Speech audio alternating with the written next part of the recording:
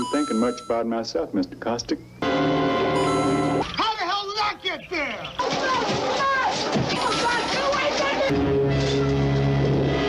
Oh my God! Not you, man.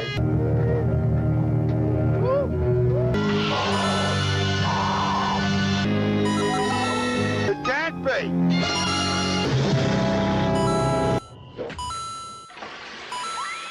Say no to drugs.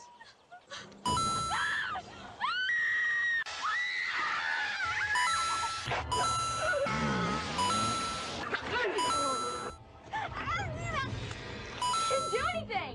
You're gonna tell.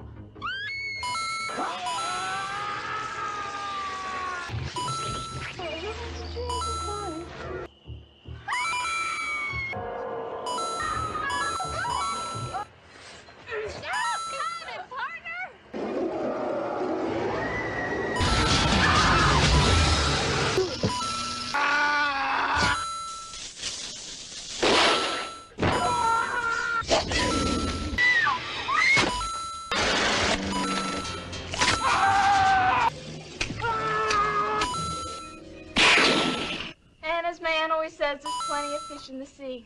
Jesus Christ!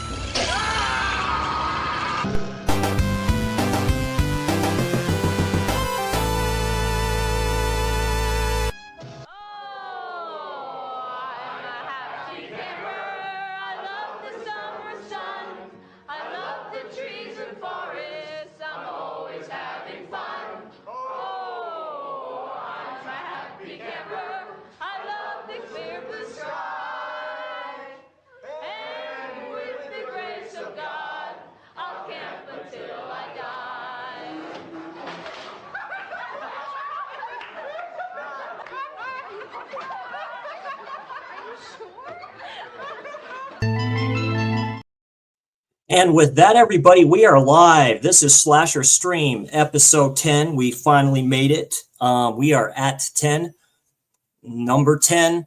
9 great episodes of this ongoing series, thanks to an idea me and my slasher brother over there, Darren, had from Subjective Perspective Collective.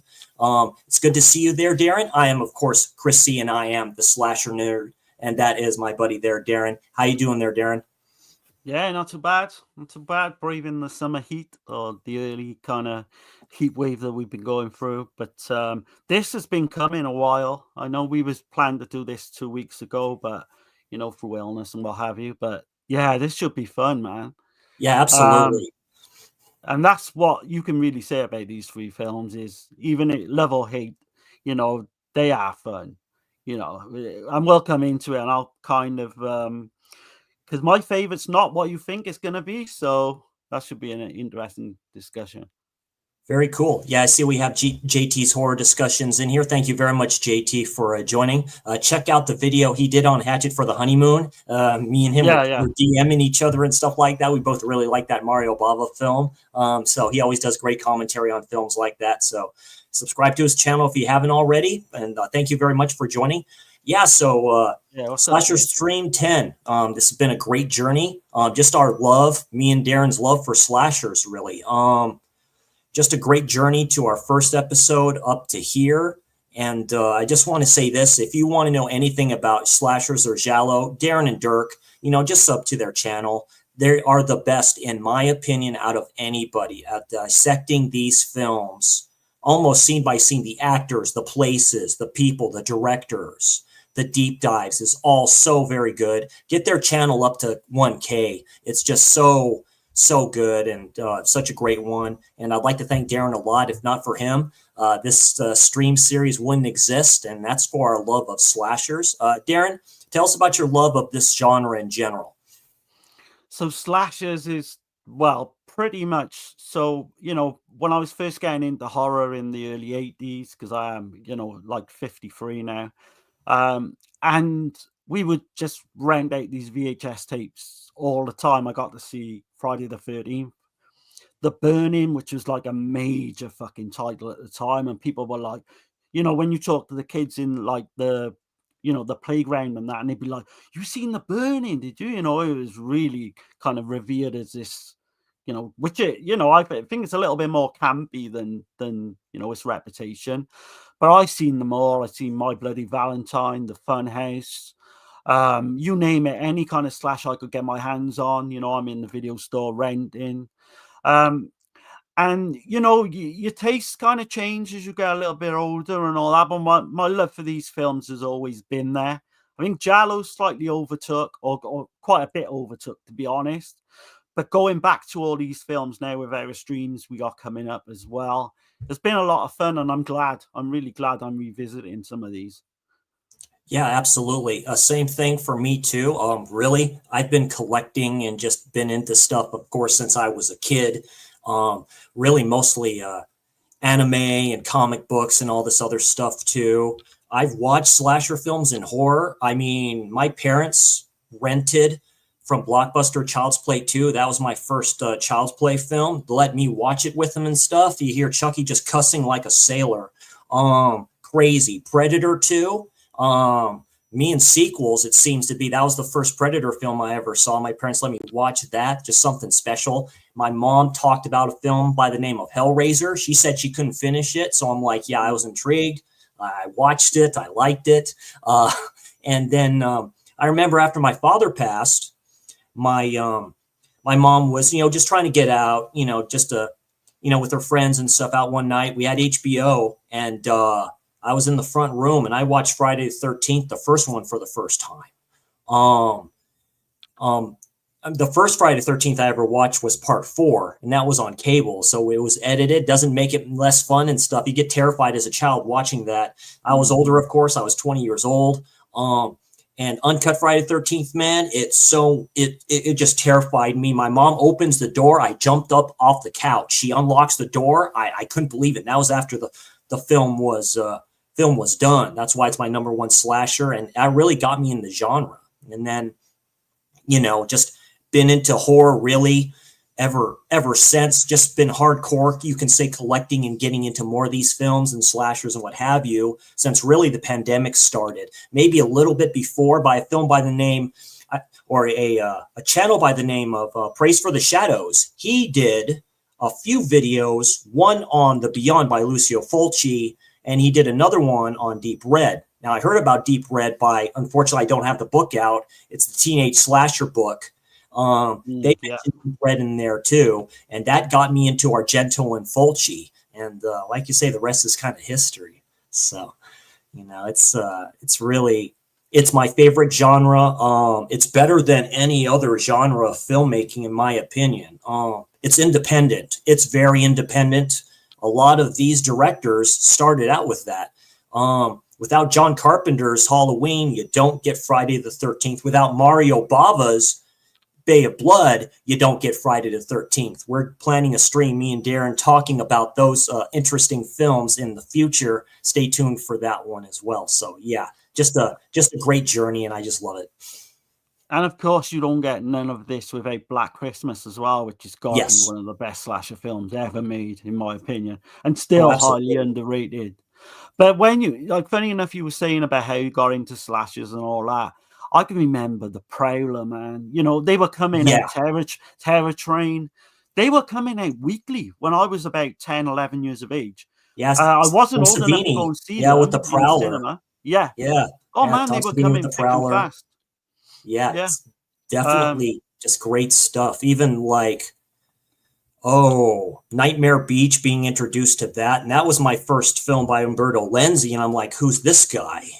And then that introduced me to these Italian directors and these trippy cats. And, it's like, I hate the film. I want nothing to do with it, even though it's like one of the favorite Lenzi films of mine, So I'm funny with Nightmare Beach. I like it a lot. But I don't AKA like Spring Break, but they couldn't name it that. Welcome to Spring Break as well. But I don't like it as much as you and Dirk for some reason. But I do, I like Ghost House. I think Ghost House is a better film than Nightmare Beach. I like The Hitcher, Hitcher in the Dark. Yes. That's one of my personal favorites as well. Yeah. Yeah. Oh, man, there's some great stuff during the 80s. Great stuff. I know we just rambling, harkening back there. But, Yeah, before we start this Slasher Stream 10 on a great trilogy, just great franchise, in my opinion, we will talk about that in a minute. First off, we're going to talk about what we've watched a bit, Slasher Stream edition here. I was kind of I finally watched this film too from Neon. Neon's been putting up some interesting stuff, so an interesting film label. That's Hell of a Summer. So, and this is perfect for the stream right here. So, you can say this is the official start of our Slashtastic summer. So it is. Yeah. This is a summer slasher, written and directed by Finn Wolfhard and Billy Breich, I believe. It's a camp slasher, definitely, with dark humor elements. It's grown on me. I think I gave it like a 5.5 out of 10. I'll raise it to like a solid 6 out of 10 when it kind of sticks with me a little bit. They have some kind of funny, raunchy kind of talk here. So I do have the IMDb page up. Excuse me. Sometimes I talk too fast, so we're going to. So I downloaded that because Dan Shine from Flesh Wound Features. If you're not kind of subscribed to them, go over there. But he sent me a copy of this, which I'm kind of excited to see. I just haven't had the time at the moment. Right. Absolutely. So here we go. So we have some good artwork here, which is kind of funny. So this is the first time being on this page and like looking at this stuff. So yeah, this is pretty good. So if y'all know what this poster art is, you kind of know what the film is, which makes it really funny. Happy birthday to me. Happy birthday to me. So I'm very impressed. So it looks like the filmmakers did their research. Basically, it's these camp counselors going back to this campsite. Let me get out of here real quick because I forget the name of it, but I will find out. A summer camper terrorized by a mass killer, or so you think. So I'll just leave it like that. I forget the name of the camp, and it's Adam Pally, flipping hilarious. He's the dude that you see on the first left there. They put this dude in the center and stuff like that. So basically, all these people come back, these counselors come back. His mother doesn't want him to do it and all this other stuff too. Why don't you become a lawyer and stuff? Because he's like 25 years old, while everyone else is younger. Everyone else introduces themselves again and stuff. They don't know who he is. The film starts out with the owners getting killed in pretty cool, gruesome ways here, and then it just goes on from there. And you have crude humor. It is quite funny. Some parts are funny, just drags a little bit.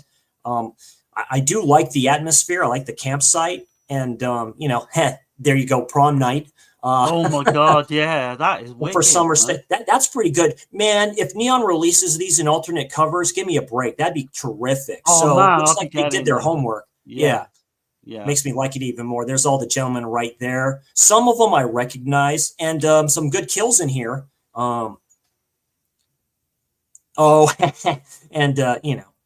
Camp Pineway. Basically, the owners of the place get killed. He's the dude's trying to set everything up, and then just people start getting killed off one by one. They have this psychic lady that's there, thinks that she's psychic and all this stuff too, certain relationships that never happened. But yeah, it's pretty good. So yeah, I'll give it a solid 6 out of 10 when I think about it. So, it has some good stuff in here. Yeah, man. I can't wait. Yeah, her. They don't have her on the cover. I recognize her. I just forget her name. The one guy, is he out of Stranger Things? Yes. Yeah. What's weird about that one is I think this was filmed like 2 years ago and then didn't. Yeah, 2023. Yeah, 2023, and it just came out. So I don't know what the deal is there, but it definitely looks like it's going to tick all the boxes of what I like in a slasher film. It's just, I think you'll like it. It's a comedy type slasher, that can get serious. So I do like it when I really think about it. Now there's some funny stuff in here. So, this dude that's tied up a little bit right here with the tape over his mouth. He's a wannabe like independent film director. He's allergic to peanuts. That's all I'm going to say. So yeah, I just have them all waiting here. So yeah, it's a good one. So, see who all stars in here. Bring everyone down here. So yeah, you have Adam Pally. I recognize him from other stuff. He is quite funny in this. So I agree. Yeah, Rosebud Baker is Kathy. So, you know, a lot of youngins in here, as I call them, and stuff like that too. Yeah, the narrator, which is funny. Noel. Daniel Gravel, recognize him. Yeah, Zowry. So yeah, it's a good one. I would check it out. If you like summer camp slashers like me and Darren do, I would recommend it, definitely. What's the film that you just saw there, Darren? So it's Julia's Eyes from 2010. If you can pull that one up. 2010, there it is. Excellent. And this one, actually, I'd owned this for so long, man, you know. And so I've read up on it, and I kind of like heard it was kind of like a giallo. And it is. I'll definitely put it in that category. It's a giallo film. So bear with me because I didn't take notes on this one. No, go ahead. Because I don't know so much about the actress's name or anything like that. But the director is Guillermo del Toro. I can't even say his name right. Oh, Guillermo del Toro? No. Yeah, he's directed. Oh, that's him? And I don't know why, but it kind of gets overlooked. Yeah. It centers on two sisters. The ones, they both got this, they've inherited this kind of where they go blind. Yeah, look at those eyes. That kind of says it. Those are trippy eyes. That's pretty good. Yeah. So her sister dies fairly early on in the film. It's not a spoiler. And then she kind of, while she's losing her eyesight at the same time, like she's trying to find out Giallo-wise, you know, becoming the detective to find out everything that's gone on. Right. Man, it's got a fucking great, like, dark, kind of gloomy setting, you know. There's like rainstorms every 10 minutes. I love Guillermo del Toro. Yeah, same dude that did recently Pinocchio. Got an Academy Award. Yeah. Pan's Labyrinth. Did he do it? Pan's Labyrinth, The Devil's Backbone. Yeah. Done like a lot. This one, I would say, you know, it's just under 2 hours. It don't feel that long. But if you want something kind of different, like it is a slower burn. But once we hit the kind of action and we find out, is that Craig T. Nelson? It almost looks like him, but it's not. I know it's not. No. I didn't recognize any of the actors. I don't think in this one. But it's a great, that lead lady there, that blonde lady. She plays obviously dual parts, and she's superb. Highly recommended. You know, if I had to rate it, I'd say it's a strong kind of 6.5 out of 10. Very good. It's not gonna be right up there top tier type thing, but you could do definitely has giallo elements. Yeah. Oh man, it's a giallo. To me, it's like a Spanish giallo. It really is. Yeah. A couple of decent twists as well, which I won't go into. And you can Belen Rueda. I think you say Pablo Derucchi. Right. Yeah. You can pick it up cheap, like used DVD. You can get this, I would imagine, like $1 or $2 maybe. Nice. But it's well worth the the time. Very good. Yeah, definitely interesting. One other one that I did watch, I'll just mention real quick. That's Cold Prey. I mean, it's like really, I was definitely impressive film there. What's going on, Well? It's great to see you in here. Thanks for dropping in, saying hi. Appreciate that. But Cold Prey, very good. I just got the DVD, which Anchor Bay released. That has the English dub on there. I watched the Norwegian. Is that what it is? Norwegian. With their closed caption, with their many different subtitles and stuff like that as well. That's a high 8 out of 10 for me. That's very good. It's probably one of the best modern slashers I've seen in probably the decade. You wait till you see part 2. You wait till you see part 2. I think Scream Factory released that. Yeah, part 2 even goes one step further. It's like set in a hospital setting. Yeah. Like Halloween 2. But I actually think it's slightly better. So I think Cold Prey 2 is like a 9 out of 10 for me. Yeah, it's very good.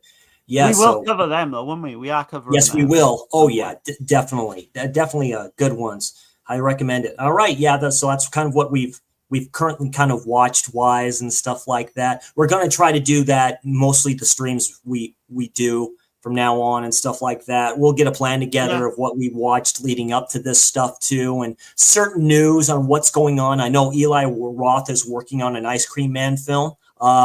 So that's very intriguing to me. I haven't seen the original, but I know Vinegar Syndrome has that still.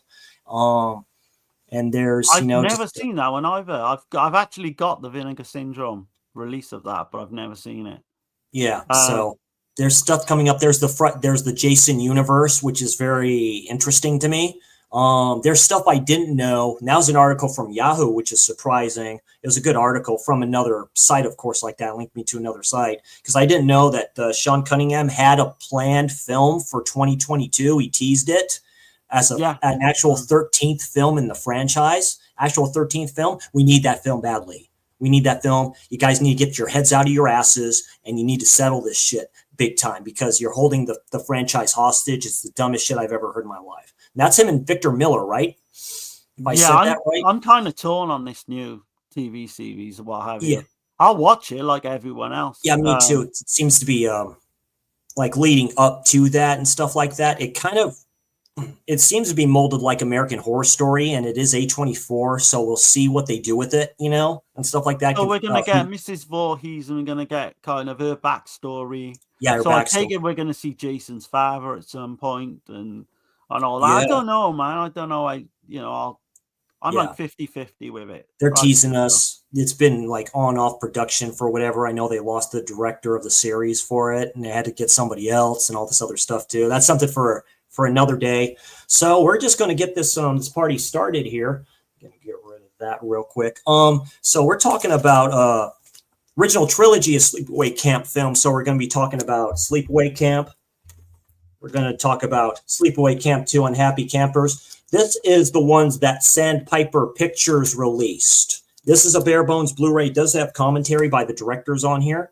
So that's pretty cool, but that's the only thing. Of course, the Scream Factory has that other stuff. And I did look at the stuff that Red Shirt Pictures does. Those are on YouTube. They have those docs on YouTube, if you're all wondering. Then, of course, Sleepaway Camp 3, Teenage Wasteland. This is, these are all highly rewatchable in my opinion. So, we're going to talk about, and what a better way in Slasher Stream number 10 to talk about this franchise, which started a changing in the guard for slashers, in my honest opinion, a little bit. I'm going to hand it over to Darren. First off, Darren, your thoughts on this series and your thoughts, and we're going to talk about it as Angela being, in my opinion, a slasher queen and her impact on slashers and horror in general, her character's impact on the genre. Oh, she's a huge influence on like why these films got so, well liked and all that. But so I got the Scream Factory. I don't want to be that guy, but I have got the slipcases that everyone like really needs or really wants. And I've got that set as well in the UK. And look how beautiful that thing. That's a holy grail. Yeah. Oh man, I got lucky with this. When I bought it used, I think, and some guy didn't know what they were selling, to be honest. Yeah, that goes for like major money. But so in terms of the series, I do. Obviously, we're doing this tonight. I do love the series. The first one, I don't love as much as everyone else. I want to love it more. But we'll go into that. We'll go through the film and all that. 2 and 3, like 2 is where it's at for me. I think that's one of the most funnest, great time slashers. Like, it's high in my list, but I can't argue the fact that it's not a great film technically, but it's so much fun. And then 3 just carries it going, then it carries it on, which is great. But so what's the first time you've seen Sleepaway Camp then, Chris?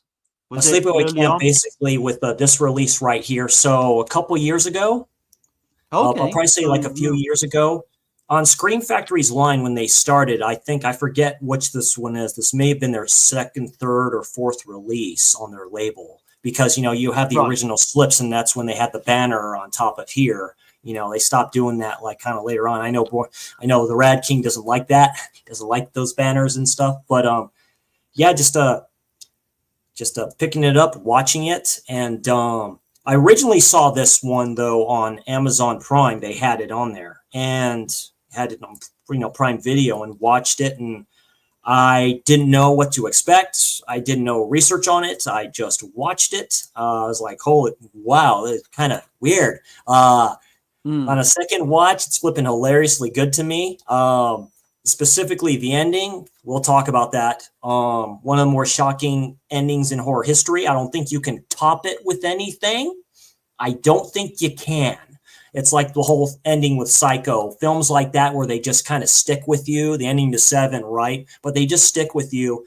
This one stuck to me and stuff like that, and it has its place in top-tier slashers, in my opinion. Me and Darren plan on doing a new list as well, so expect that one in the future. So, but yeah, that was my introduction to Sleepaway Camp. It's a fun camp slasher, which is my favorite slasher in that genre of slashers, definitely. This one for me, so this is not one that I seen on VHS back in the day. So the first time I saw this was probably 2002. Yeah, it's a video nasty, I believe. Yeah. It may be, yeah. So when that box set came out with the Red Cross is the first time I saw this. But yeah, in terms of so Sleepaway Camp, the first one, production was filmed in upstate New York in the fall of '82. It was on like a £350,000 budget, and it was shot over 5 weeks. The thing you said about the killer at the end, or the reveal at the end, I think is why this film is so memorable. And I mean, if you didn't have that, I think this would have just got lost in the shuffle, really.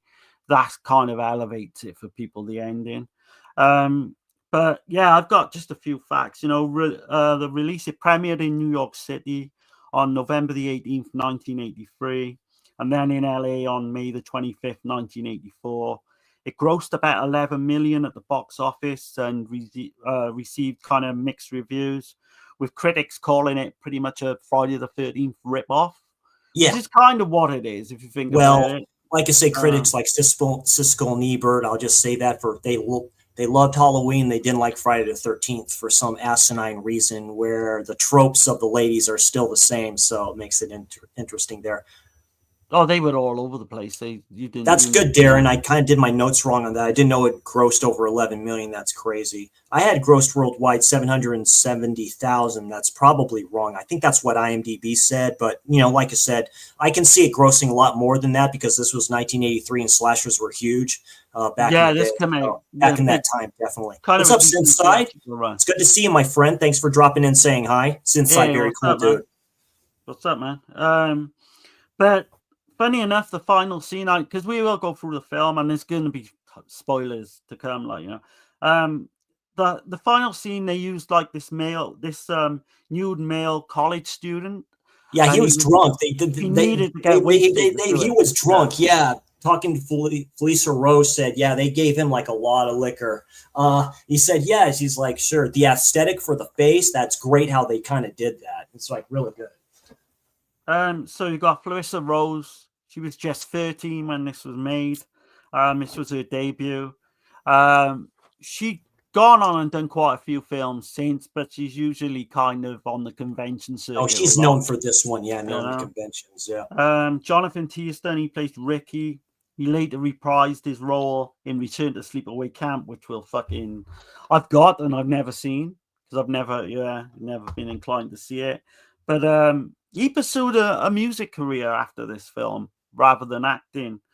Karen Fields, who plays Judy, her exaggerated performance made her a fan favorite villain. She later, I think not long after this, got out of acting.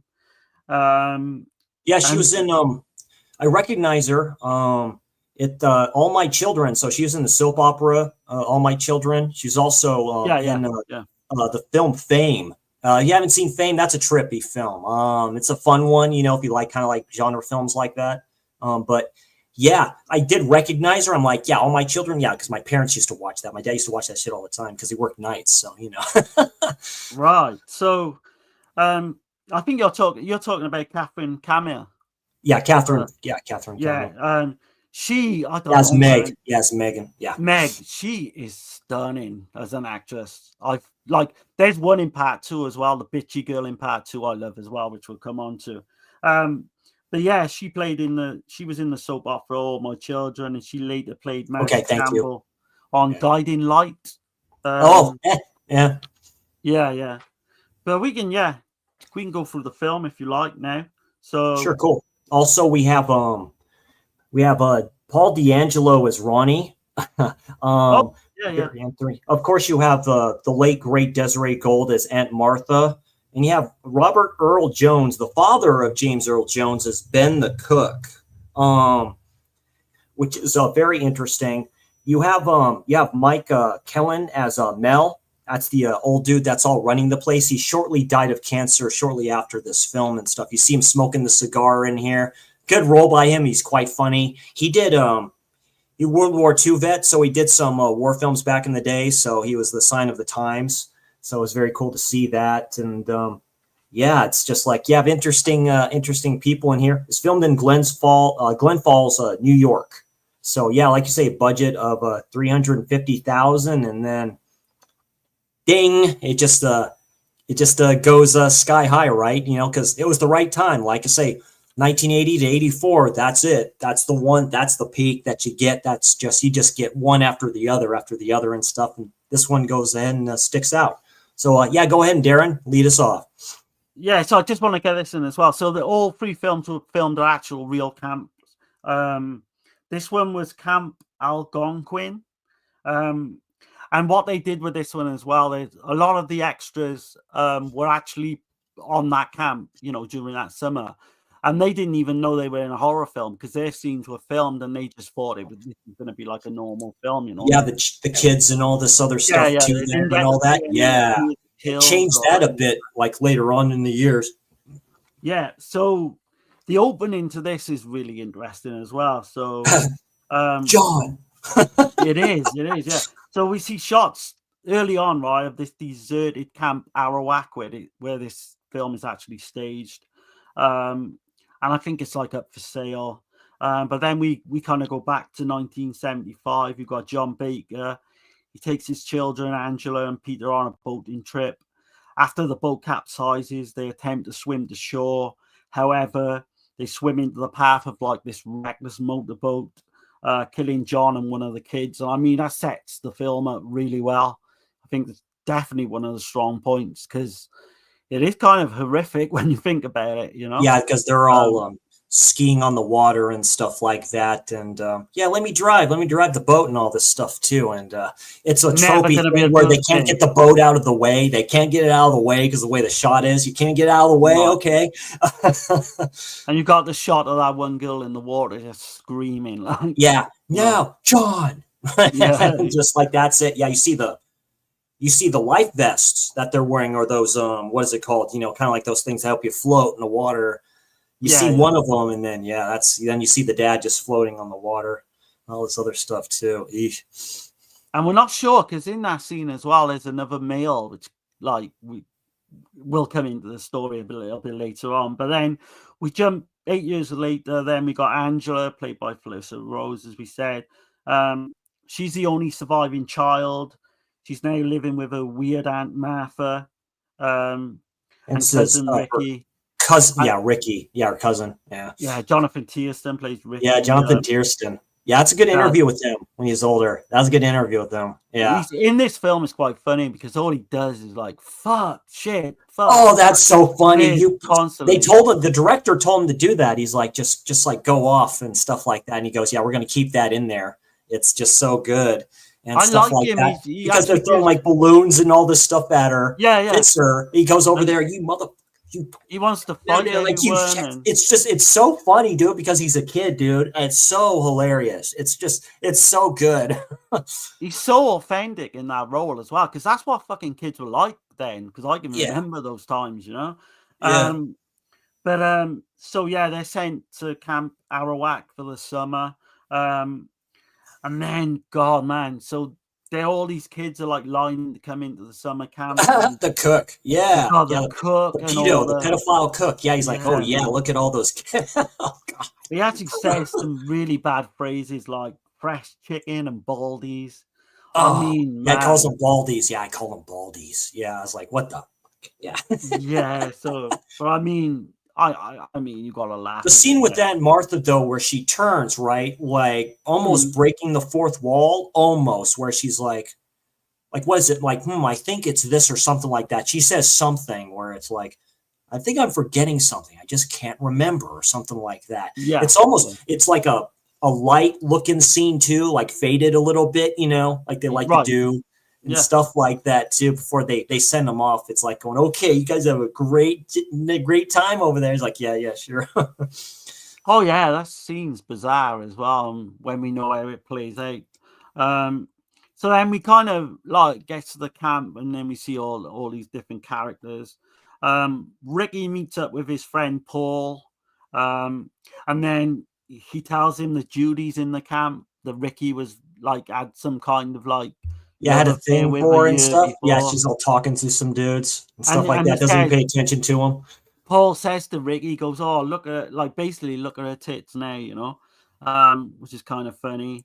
And she's Judy, played by Karen Fields. Man, she plays this stuck-up kind of bully. Oh yeah, straight up. She's brilliant in that role, I think. She's like this release. This release has a fan-made film with her in it. Yeah, short film Judy by Jeff Hayes. Which is kind of interesting. 2 minutes long or something. Yeah, it's like 2 minutes long. It's quite funny. Yeah. But then we get one of Judy's main sidekicks is Meg, the camp counselor, Catherine Camille, who we mentioned.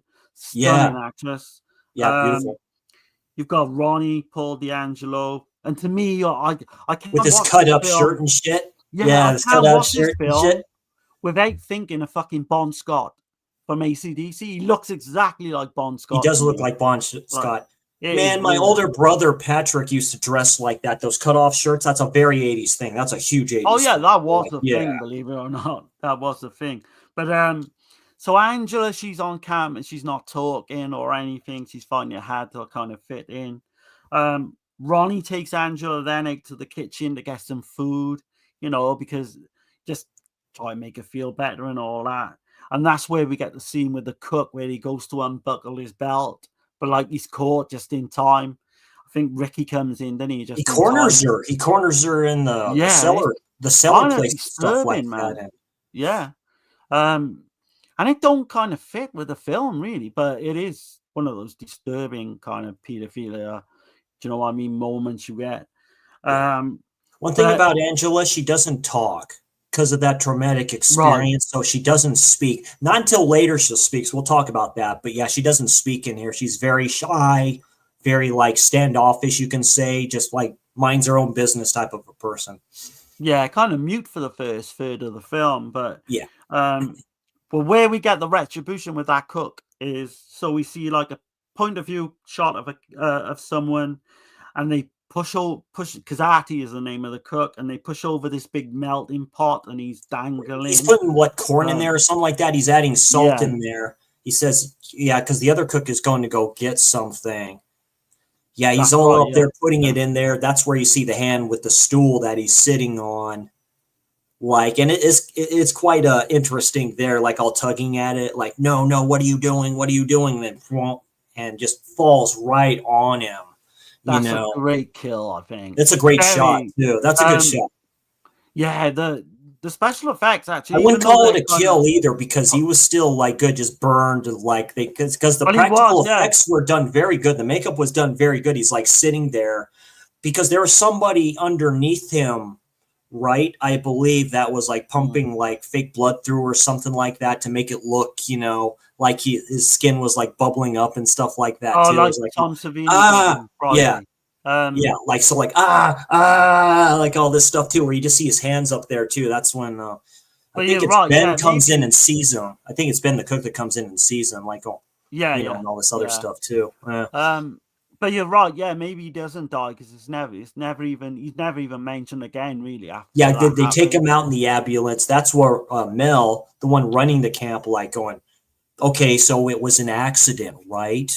You know, because you have a police officer in here, okay, a detective, you can say, with a mustache. That actor, towards the end of the film, is a fake mustache on him because he shaved it. When they brought him back and stuff like that. That guy with the mustache comes into play in this one. Right, comes into play in that one there too, which I thought was like quite funny. But you know, the more you kind of know about that, but yeah, it comes in there and like it was an accident. Yeah, it was an accident. Male character is so good. Like Mike Kellen, what a great actor, dude. He is so funny. He's like, what I love about these films as well, because you get the head the head of the like, because you don't want this like saying it's like they're going to close it down. They'll close the camp down. You know, right? So he's always making excuses because even when he knows there's a killer on the loose, he kind of tries to make excuses. Like when you hear Ben like is saying that clip and stuff like that, he's like, "Yeah, give you like a little pay raise and stuff like that too." He's like going, "Oh yeah, he just had an accident. You know, that's it. All right, you guys get back to work. No problem." You know, I was like, "Dang." What I find so funny in these films is, so you get the main head of these camps, and like they're old men and all that, but they seem to like attract the young girls, and it's so funny, man. Because Mel takes a shining to him as well at some point. One of the girls likes him.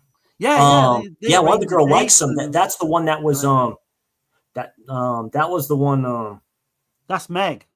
Yeah, that's Meg. Yeah, Catherine. Yeah, the Catherine Kami itself, like that, is like all flirting with him and all this stuff too. I'm like, what now? Okay, sure. Oh yeah, we'll come in like really flirting with him, like really like close with him. I'm like, I mean, it's weird to me. Like, she's stunning. Like to me, even now, you can see she's really stunning. Pretty. No, she was meant basically for soap operas. Yeah, do you like you have Mel's this 60, 70-year-old man? It's just I can't get my head around now, but it's so funny.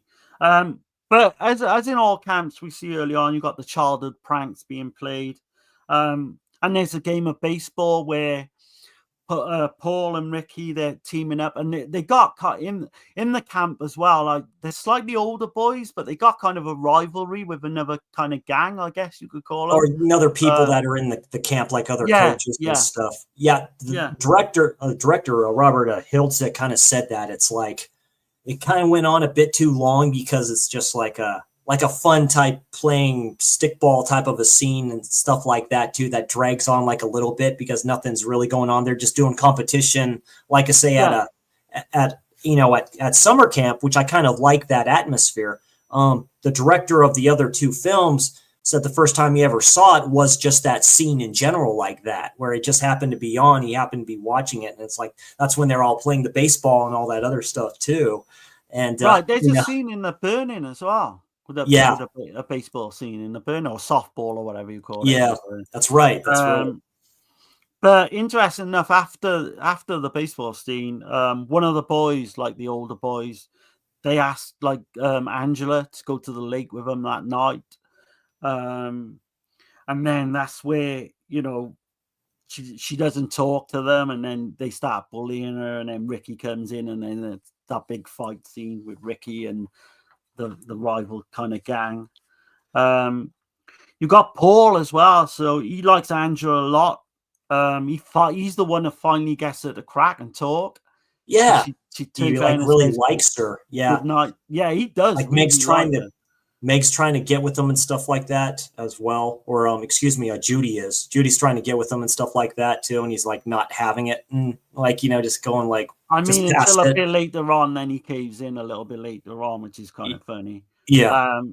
But the Judy character, yeah, she's kind of flirting with all these other boys, and she's obviously she's way older than the other girls. She's that character in this slasher film. She's that one lady, that likes to flirt around and stuff like that. I think she's hot shit type of character. So I kind of like about that. You're just going around like. She's obviously in her 20s playing a 15-year-old or something. That's kind of the like. Yeah, that's right. That's when they're on the docks and stuff like that, and the skinny dipping scene. Or Judy basically, Yeah, Judy basically pick her up, or her friend pick her up, basically, and just take her over there and stuff like that, and toss her in there. Then they have him come in there and take her out and stuff like that. And he's all cussing at them and stuff like that. It's like, yeah, you pieces of shit and all this other stuff too. And yeah, the other kids right there. Yeah, the other kids right there that are just raunchy little bastards. I think they throw sand at her and all that. Yeah, they do. Yeah, they do a lot of stuff. But yeah, so you've got the skinny dipping scene early on with the boys. I think it's Kenny takes Leslie out in this canoe and it capsizes. But then you got the great shot where his head is under the canoe. It's underneath the canoe. Yeah. And we see the killer then. We don't see who the killer is. You see the head pop up, but you just see the back of the head and just takes him down. That's like underneath the boat. That was done very well. Oh, yeah. That's one of the best. Yeah, in the morning, the guy that's all looking at the stuff, he's all pissed off and stuff like that to clean up this shit. What the hell is that? Yeah, exactly. And I mean, you get more pranks as the film goes on. Ricky, like with the shaving cream with that one boy, they kind of pick on a little bit. That's right. Oh, I forget his name. To do with the glasses, of course. Yeah, they do like a couple of scene with him, like a psychic scene. It's like, I want you to close your eyes, and then you're gonna. And then the guy's got his fucking ass. He got his ass right there. Yeah, it's kind of funny, which is shit you would do when you're younger. Yeah, of course. Yeah. But Meg loses it with Angela when she doesn't speak to her, and Judy continues. Like, why don't you talk? There's something wrong with you and stuff like that too. She really goads her. She's trying really hard to goad her. But Judy says she's not sexually developed yet, and it's kind of it's really weird. Yeah, weird. What's that? But the rival boys, I think it's like Billy and Jimmy. They throw like a water balloon at Angela, and that's where you get Ricky. Yeah, it hits her right in the chest and stuff like that. It flipped it. Yeah, her cousin all comes up, like, motherfuckers, you pieces of you shit. Motherfuckers, I hate you, just pointing at him and stuff like that too. Like, trying to act like a man. Trying to act like a man. Ricky's about what, fucking 14, and he's not even tall or anything. And they talked to him about that. He's like going, he's like, it's like you had me cussing and all this stuff too. And the director's like, yeah, that's all good. That works. It is. That's how I think he got on. I think that's how he got the gig as that part. It's part of that. It's really funny how, like, Ricky's this tough guy, they think, in this film. But yeah, so Paul takes Angela to the lake and he kisses her, but then she has this flashback, which is important because this is where she and her sibling witnessed her father in bed with another man. And, right. This is where the whole trauma and shit, like childhood trauma stuff, happened with them. Yeah, it's a weird scene as well. There's a lot of like undercurrent that this film is quite dark, unlike the other two. But yeah, so you've got that comes into play later. Angela, then, so you've got Paul and Angela. I think what it is, Judy kind of gets Paul to kiss her and kind of seduces him. And then, of course, Ricky and Angela like actually see them. Paul tries to make it up with Angela, but right, she sees it. Yeah, he sees it and stuff like that. She's just like, she just leaves. Yeah, he's shunned away by Judy. And then you got Meg and Judy then. That's the scene where Chris was on about. They throw Angela in the water. But Mel got this. So the old guy who runs the camp, he got this thing in his head that fucking Ricky's the killer. And he starts beating the shit out of him at one point. He gets up to that point. He's like paranoid. It's kind of some funny stuff because it's like, oh no, it's happening again. It's like, oh no. It's like, what's going on? No kind of proof that Ricky's behind any of this. But like I said, because it goes to that scene where, the guy's all cleaning the dock. He goes, what the hell was that? Then you see the dead kid underneath that. Good practical makeup for that too. You see a worm or something like that all going through and all this other shit too, and it stays there for a while. I was like, damn, that's pretty good. So they got that from the burning and stuff like that too. So they did their homework. Of course, they know what was big at the time and just this is a mix smash of the burning, Friday the 13th, all the ones that come. Oh yeah, it's a fan film, definitely. In my opinion. Element. Yeah, for the genre. So Meg arranges then to go on this date with Mel, which I just mentioned is so funny to me. But she gets ready in the shower, and I kind of guess it's a bit of a nod to Psycho. It has to be. But before that, wasn't there the one with the beehive with the dude in the bathroom? That was before this one, wasn't it? No, I think that comes after. Okay. I think that comes after. Let me just double check. Because there's, like I say, there's some good creative kills in here. I know it kind of be out of whack order too, the way they kind of do it there. It's kind of a trip. Yeah, they might be intertwined or whatever, but so yeah, we'll do that one. Ready in the shower. But her kill is really good actually. She tells him first. She's like going, "You ain't doing," because they're doing like a social or something like that. It's like a dance or something like that in the hall. Tells him it's like, "You up for whatever later?" And he's like, "Oh, sure." It's like he's all paranoid and everything like that. He's like, "Sure, yeah." I was like, "Dude, whatever." So that's where Paul apologizes to Angela at the camp social. But she weirdly tells him to meet her at the waterfront later, and they were getting kind of into where this film's going. Yeah. We hear as well Angela's theme, so the music kicks in for the first time. Man, I fucking love that song, that theme to this film. It does remind me that I know I keep on and on about it. It reminds me of The Burning Man, just because that's got like a very similar type, theme that goes through that film.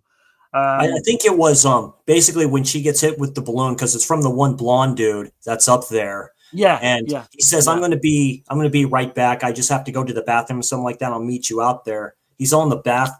He's taking a dump in the toilet and stuff. Then you see this beehive, no bees.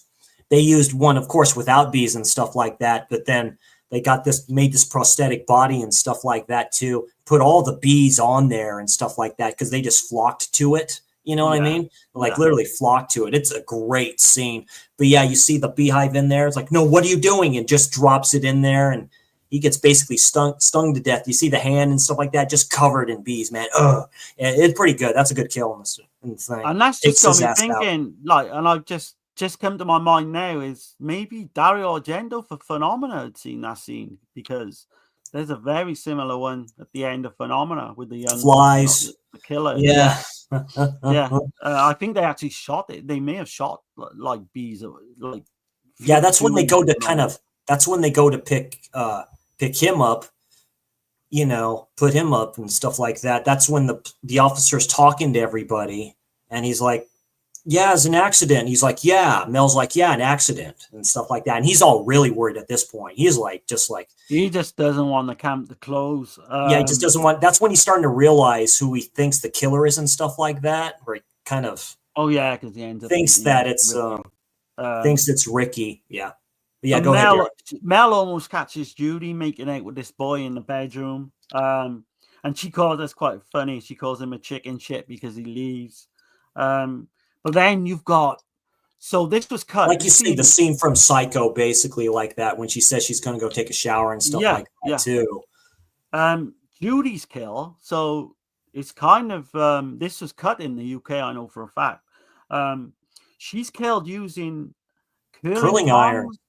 Yeah, an iron. Yeah, curling iron. And what is not, but it's suggested, they don't show it, that maybe the curling irons were going to be pretty much put up a yeah, the JJ. Yeah, but it's never that's what the director said. That's what the director said, or one of the practical effects people said, was that's where it was kind of going and stuff, because her head's covered in a pillow and stuff like that. Then you see the shadow, which is very good. I like the shadows, the way they do that. Where you see the thing go up there, then you see it go like whatever like that. Then you see it go down, and then you see the hands like that. I always think that's kind of funny. Yeah. Like, no. there was more to that scene, I think, which kind of got cut, as far as I know. But I think some of the scenes, some deleted scenes and what have you, in some of these films were never found. I think part 3 there's some. Yeah, part 3. Yeah, I'd like to see an uncut version of that, because in the extras that I found on YouTube and stuff like that too, they show those deleted scenes. We're going to talk about that. I'm like, there's a ton of shit that gets cut out of part 2 that they can't even find now, which is sad.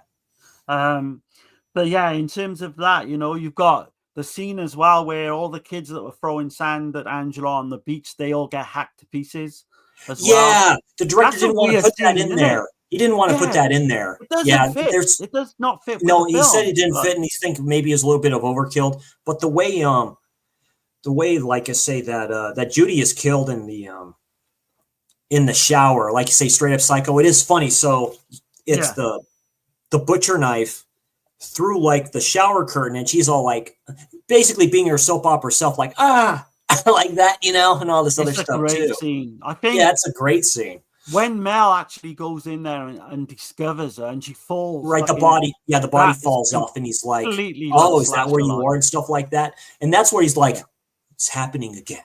That's where he starts to freak out. It's actually quite funny. He's like, but then it's like a psychological thing. I love shit like that in this. That's where he starts to go kind of ape shit a little bit. Well, he beats the shit out of Ricky, but he'd end up there and he gets shot in the neck by with an arrow. Yeah, great scene. Great camera work. Great camera work. So before that scene was shot, they made that up on the spot because they didn't know how to kill him off, and then someone on set turned around and said, "Well, we can use a bow and arrow because let's do with the actual scene that they didn't put in Friday the 13th." Yeah, well, it's actually a good shot for shot because they pause it. Or when you see the arrow go up, and then they pause the scene, right? Then they put that they do almost shot for shot. It's crazy, great filmmaking, I mean, really, it is. Where and then they just put that aesthetic in there to where literally it's like that. It's because the budget was so low, it was kind of a cheaper way to kill him off. But that's when, like you say, that the social's all done with and stuff like that, and one dude's like apologizing to Angela. That's where she just kind of gets up. She doesn't look at him. She goes, "Meet me by the lake. I have a surprise for you," or something like that too. And he's like, "Oh yeah, let's go, man!" And then you know that it's gonna get fucking dark as it goes. Yeah, because dude, it's so good in a funny way. Yeah. So you got the police there at the camp. They're looking, searching for the missing campers. They find Ricky barely alive after fucking Mel. Dude, he just finds him and he just starts beating the living hell out of him. It's like, it's your fault. It's your blah, blah, blah, blah. Funny that is to me. Like, it's like I didn't do anything. Man beating the shit out of like a 15-year-old boy or something. Dude, yeah. So funny. But then you've got the big reveal. I don't know if you want to. No, we can. So basically, the counselors are finding all the dead bodies everywhere and stuff like that. They go, the officer with the new mustache goes into the cabin where Meg is at and stuff like that, and then goes out and he goes, like that, like something horrifying is in there. Right. Then the other people go out in the campsite. That's where you see all the dead. That's where you see, like, basically the bloody, beat-up sleeping bags. They didn't show the kids, of course, like that. That's the one scene I do believe they should have taken out because it had nothing to do with it. The killer wouldn't do that, No, they all have killer wouldn't do that. Yeah. So, and that's when, like you say, the counselor who's hot as all hell, the short-haired one. And then they all just meet up because they take the one, like you say, they take Ricky up like in their arms and stuff like that and just take him, then you see it looks like Angela's naked with Paul on her lap, Paul resting on her lap and stuff like that. And they go up to it and stuff like that. That's when you see the head drop. You see her get up, turn around, and you have the iconic face where it's just her like that. Felicia Rose does that great. She did that terrific in that doc. She literally does it shot for shot where she's all grown up now and stuff like that. And she literally does that where she goes like that. I'm like, dude, that's so good. And it's like, and that's where you figure it out. It's like going, oh, she has a penis. Okay. The most. Yeah. And it sits there in the dark. Yeah, like say it's prosthetic face that they molded and stuff like that too. Like say the actor that they had play it, they had him drinking, he was drunk because like I said, he's like going, sure, I'll do it, pay me and stuff like that too. Got him really pretty good liquored up and just had him do that and just had him sit there in that pause in the dark too. There's good shading there. And Go ahead and finish this off, Darren, of the reason why she has what she has. So what makes this interesting? So when we do see her, like you just mentioned, she's humming and she's clutching like a hunting knife in one hand and Paul's head in the other, which is fucking great. Then we find out that Angela is actually a boy, Peter, who they thought was her dead brother. It's that's the twist. Martha gained custody of Peter and raised him as a girl. Like the girl she always because she wanted a daughter. Yeah, she wanted a daughter. So like, I always wanted a daughter. So you see that it's one of those panning scenes, right, where it goes in a circle. I always liked that. Yeah, kind of like Brian De Palma a little bit. And because you have that shading, kind of those scenes where it's like a fever dream, and definitely mustache. My jaw dropped. Yeah, I'm like, oh, that's not real. That's just dressing her up and like basically saying I always wanted a girl, and then the screen turns green, and so Peter then was, so you literally work out that Peter was mentally affected by seeing his father John having a homosexual embrace with another man. Yeah, that was just put in there, these scenes where they just put that in there. It made me wonder, because the first time, I'm glad you mentioned that, Darren, because the first time I didn't know what was going on with that. You overlook why they put that in there. Yeah. You do overlook it because you're like, well, why did they put that in there? Because it's like with her dad and then another person that you see, another man that you see in that film, like his friend. Yeah. So it is, and then you've got the credits play it with Angela's theme, which is superb. Again, like talking about these films, sometimes I think I'm a bit harsh on them, and when we talk, like when I talk with Dirk, I kind of like even up my fucking score now and again, and I think I'm gonna do that probably with this one, because maybe I was a bit harsh giving it, because I would have rated. Yeah, it's almost like a Friday the 13th part score too. It's like a gentle, like, it is, almost 70s song, right? Where the screen's green and you see.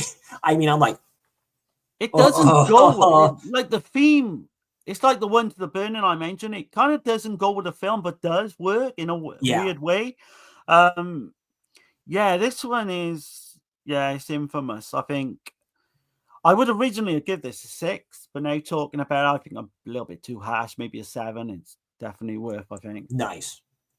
Well, how about yourself? Me, like I say, what a great campy slasher film. This is highly rewatchable for me. Great cast of people.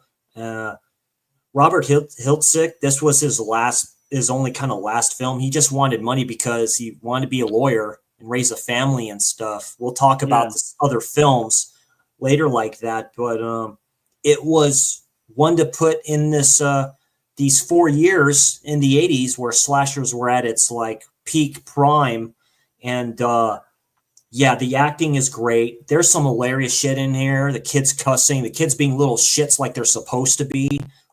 All the parents of those kids were there, which makes it very interesting when they're talking to them and stuff like that as well.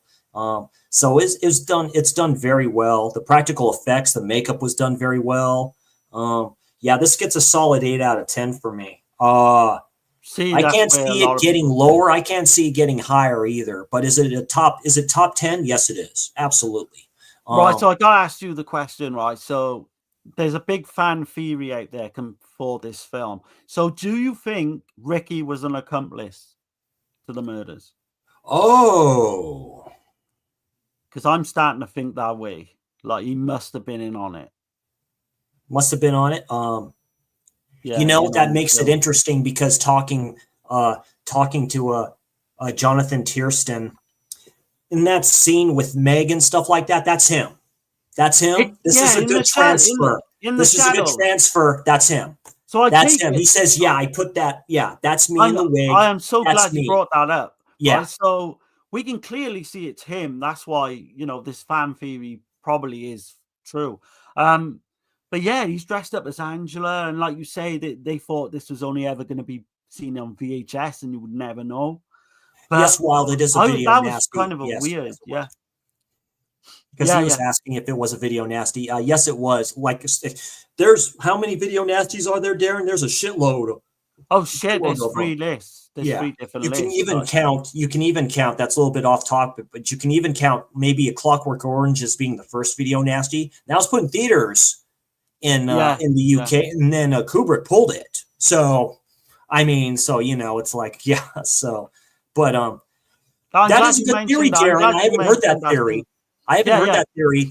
That's what's cool about the fandom for these films, you know, where you have, you know, as Friday the 13th fans, we're the same effing way. Yeah. If you think about it, and if you go back and watch the film with that in mind, yeah, that is a trick. It kind of makes sense. Like I say, because I think it's him too that's under the boat. I think that's him as well, or I know it's not Felicia Rose, it's somebody else. But you know, it just adds to that. But like I say, that's why this is a good. That's why this is it's a 2K scan. That's 2K scans are damn good scans. So that's why you could tell because the darkness is a little bit lighter, and I'm like going, oh, that's funny. It's cool, but you know, it's like that's a good. I love the fact that you can see it. A cross-dresser. Yeah. Right. Well, two killers. Yeah. Dressed to kill. Yeah. Yeah.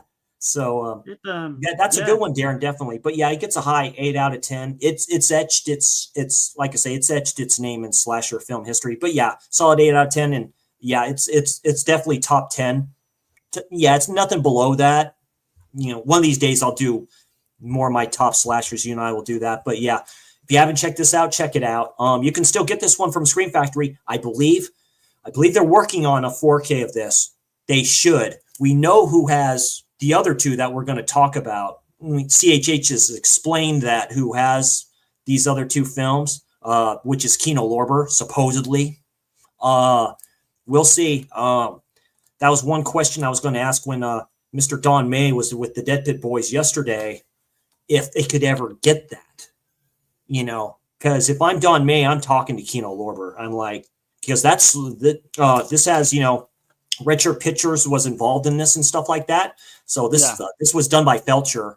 This is probably one of his babies right here. I know he'd love to work on a new 4K master with May on this film. So, but highly recommend it. Definitely check it out. It's all over the place. You can find it. This is pretty cheap still to get. I think you can get it for like $13 or something like that. Highly worth it. Yeah. We need a box set. I think a 4K box set.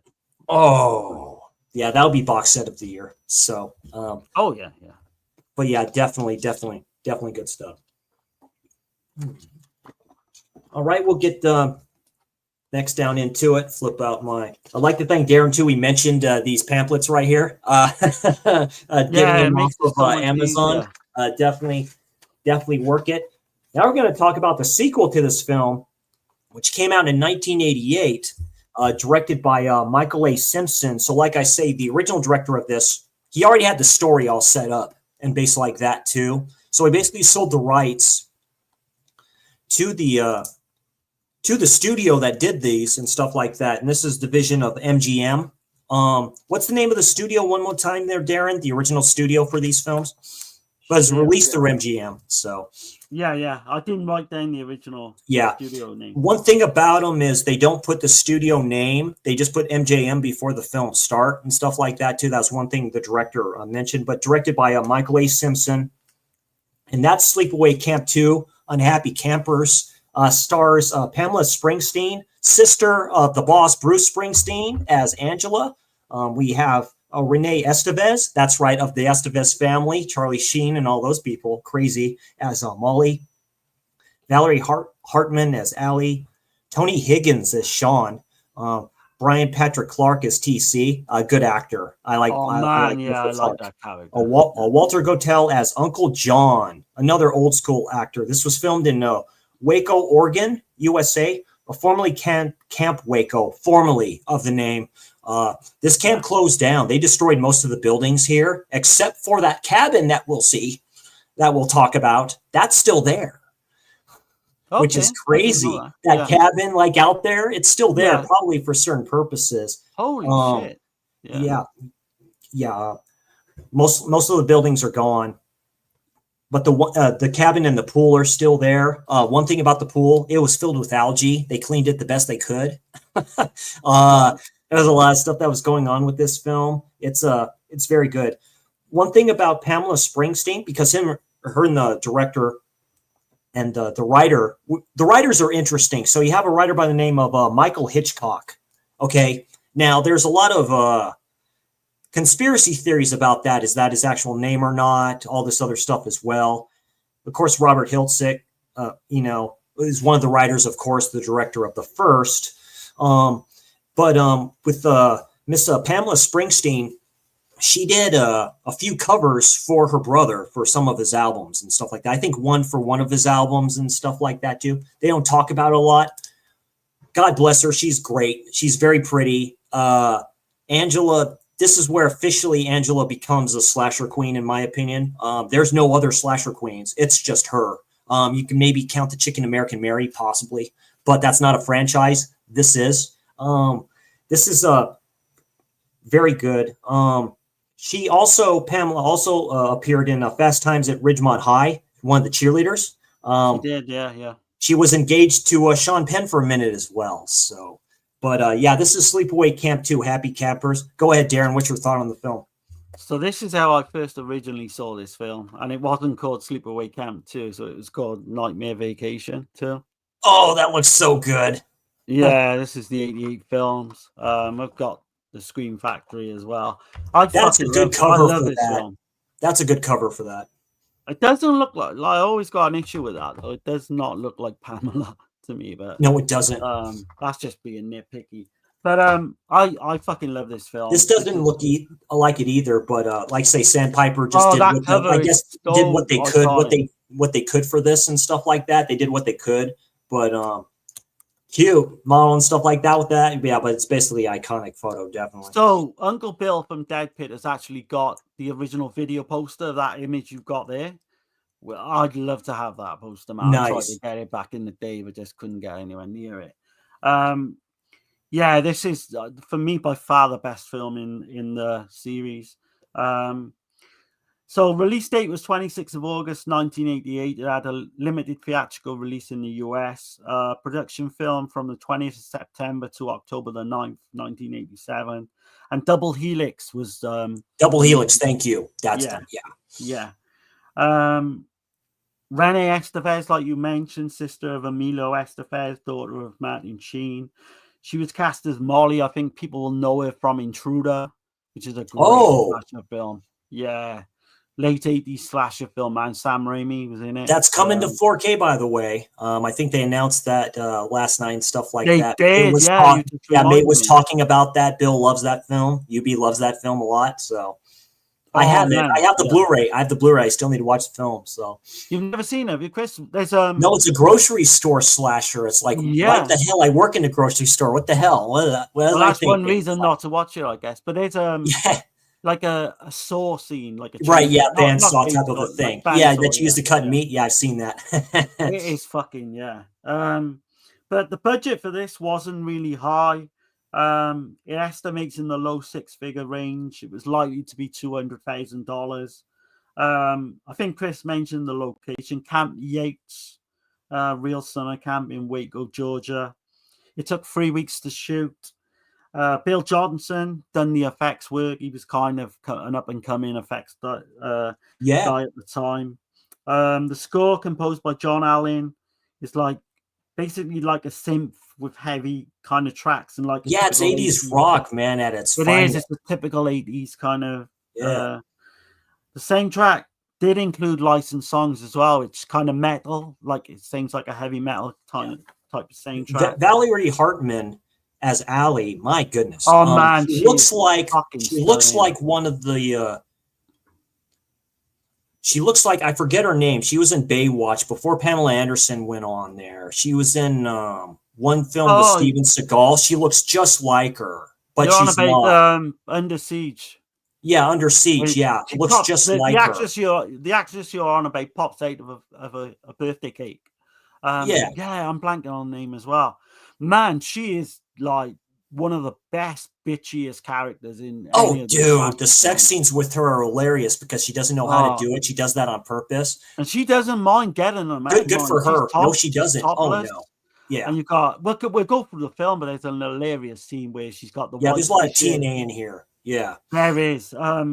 She like you say, she literally she's got no other major credits to her name. They think she was like a local hire actress at the time, and she she pretty much just went away from the business after this project. In terms of other characters, we got Tony Higgins. He plays Sean Whitmore. Yeah. He was cast because he's like this all-American teen. He's got that look, you know, kind of get the teeny bopper girls watching. And he plays this kind of cool guy you get in these slashers as well. His scenes with Renee Estevez, they didn't have time to rehearse anything, so they're kind of really done quickly. Just stuff on the fly. Yeah. They have got kind of a bit of a chemistry. Yeah. Renee, she's really cute. She's really cute. You know, I can totally believe that relationship. Yeah. Oh, yeah, she's a different type of cute. Where you've got Valerie Hartman's this kind of just beautiful, stunning, you know, big tit, like blonde. Yeah. But where Renee Estevez is kind of the girl next door, but she's still just as attractive, if that makes sense. Yeah, exactly. Yeah.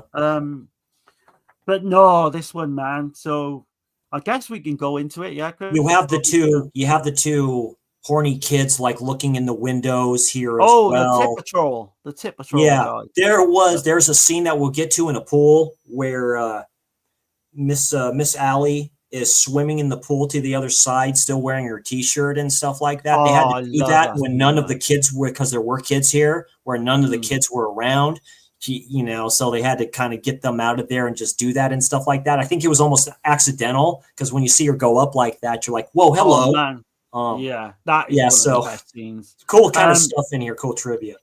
Yeah, so this one starts off like we've all seen the scenes, right? There's one in Madman, the burning Friday the 13th part 2. Yeah, the campfire scene, which becomes so iconic. I'll say this: the opening story at the campfire. I found this out. Is the story is an opening to 1981's House by the Cemetery by Lucio Fulci. The way they describe it with the old hatchet to the dude and stuff like that with the woman in the house. Yes.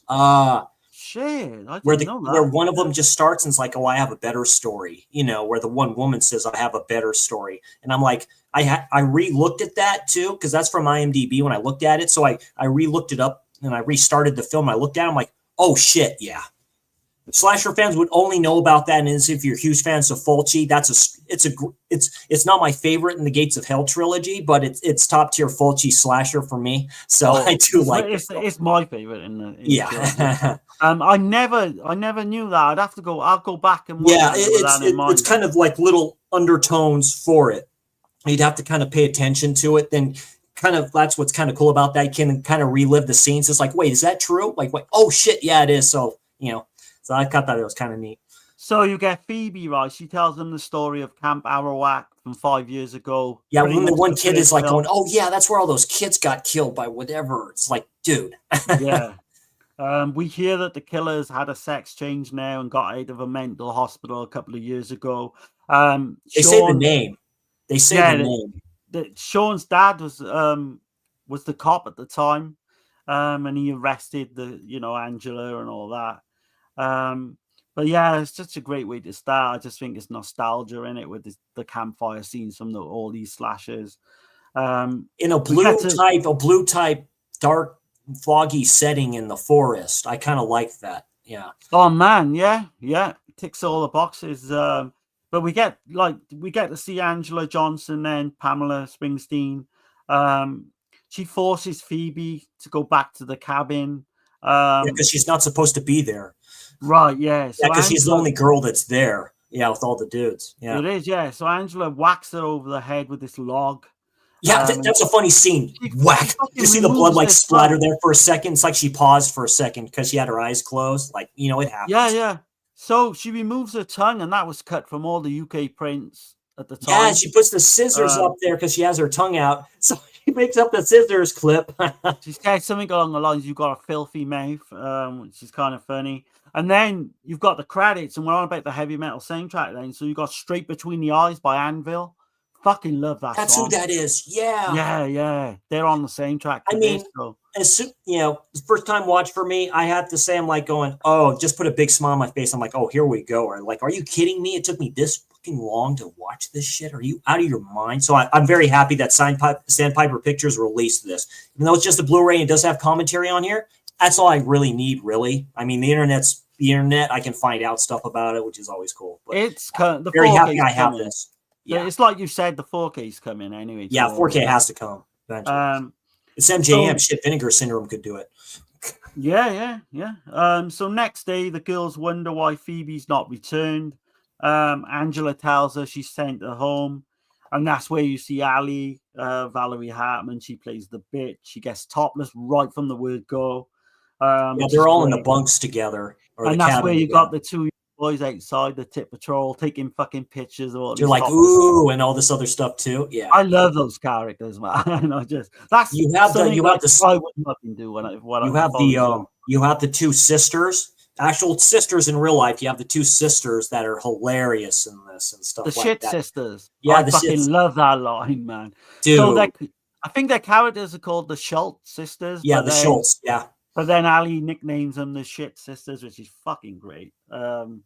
Yeah, so you got the breakfast scene, yeah, where we get to know all these characters, including Brooke and Jodie. They're the two Shit Sisters.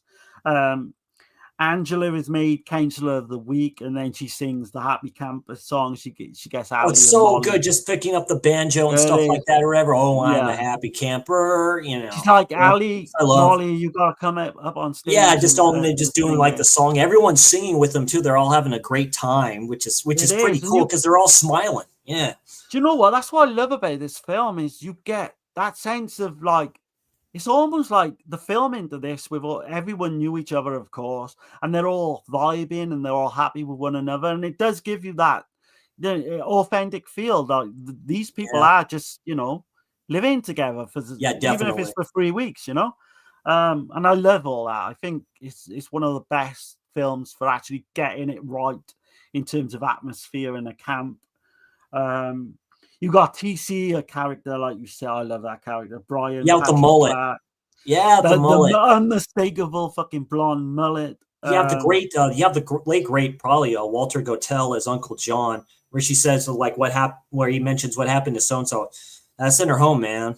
It's just like not good with her and stuff like that too. So you see a theme here already with her character. And this is it. They kind of get pissed as the film goes on, where she keeps sending these people home. Yeah, it's almost like Seven, right? You're all committing a sin and shit like that to get rid of your ass.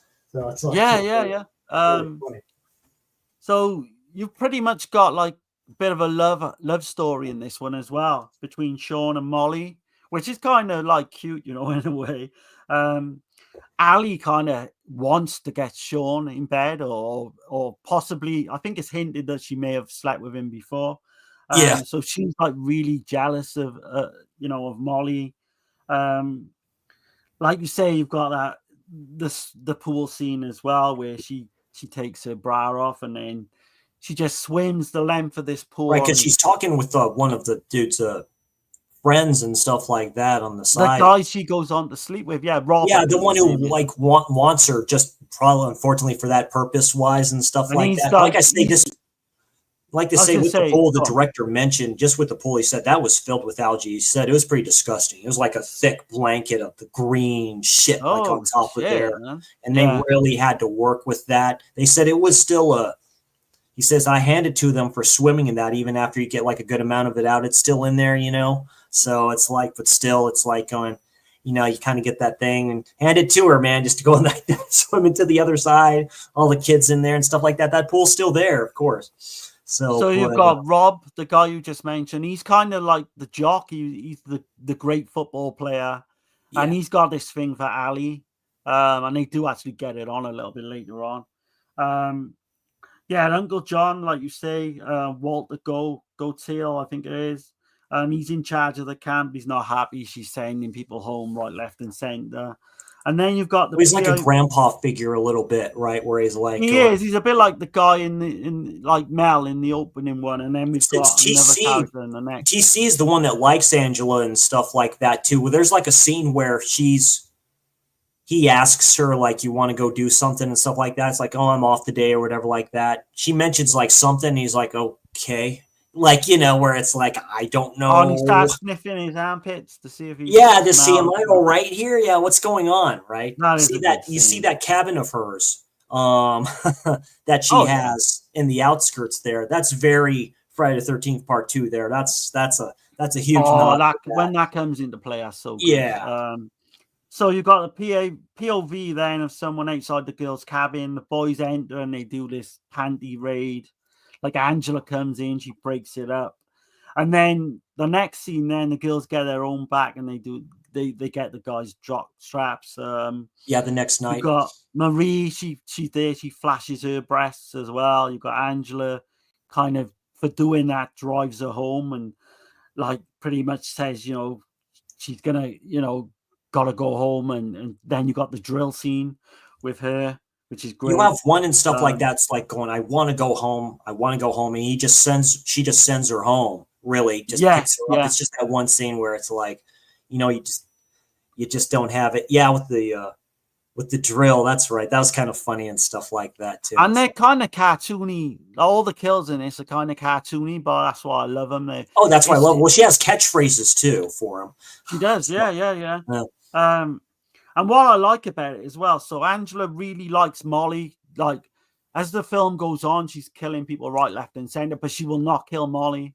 What do you think about that? Because I think Molly that like that, with that story, because that reminds me a bit of Under the Mask, Legend of Leslie Vernon. Yeah, because like it was you, it always was you, Terrifier. Kind of films like that where it's the trope, right? It's one of the rules is like, you are the one, like you're the one, and all this. I need to see Behind the Mask again. I've not seen that for a long time. I think Damien Leone of Terrifier series watched this one and got some ideas from this, because a lot of these scenes in here are before Terrifier, and a lot of those scenes look to be that kind of aesthetic and stuff like that. So there's some cool brutal stuff in here. Oh yeah. There's definitely one fucking scene that we'll come on to. But Angela really likes Molly. Like I say, Molly tells her Ali, like Sean, and like she's really shy and she Molly. Angela tells her that, you know, that Angela is still a virgin herself. And then you've got the shot where like the tip patrol get caught with the photos of all these topless girls. It's kind of funny. Campus. What are you guys looking at? The tip patrol, actually, their names are Charlie and Emilio as well, which is kind of a nod. Yeah, they did that to a lot of those films of different times and stuff like that too. That's very true. That's funny.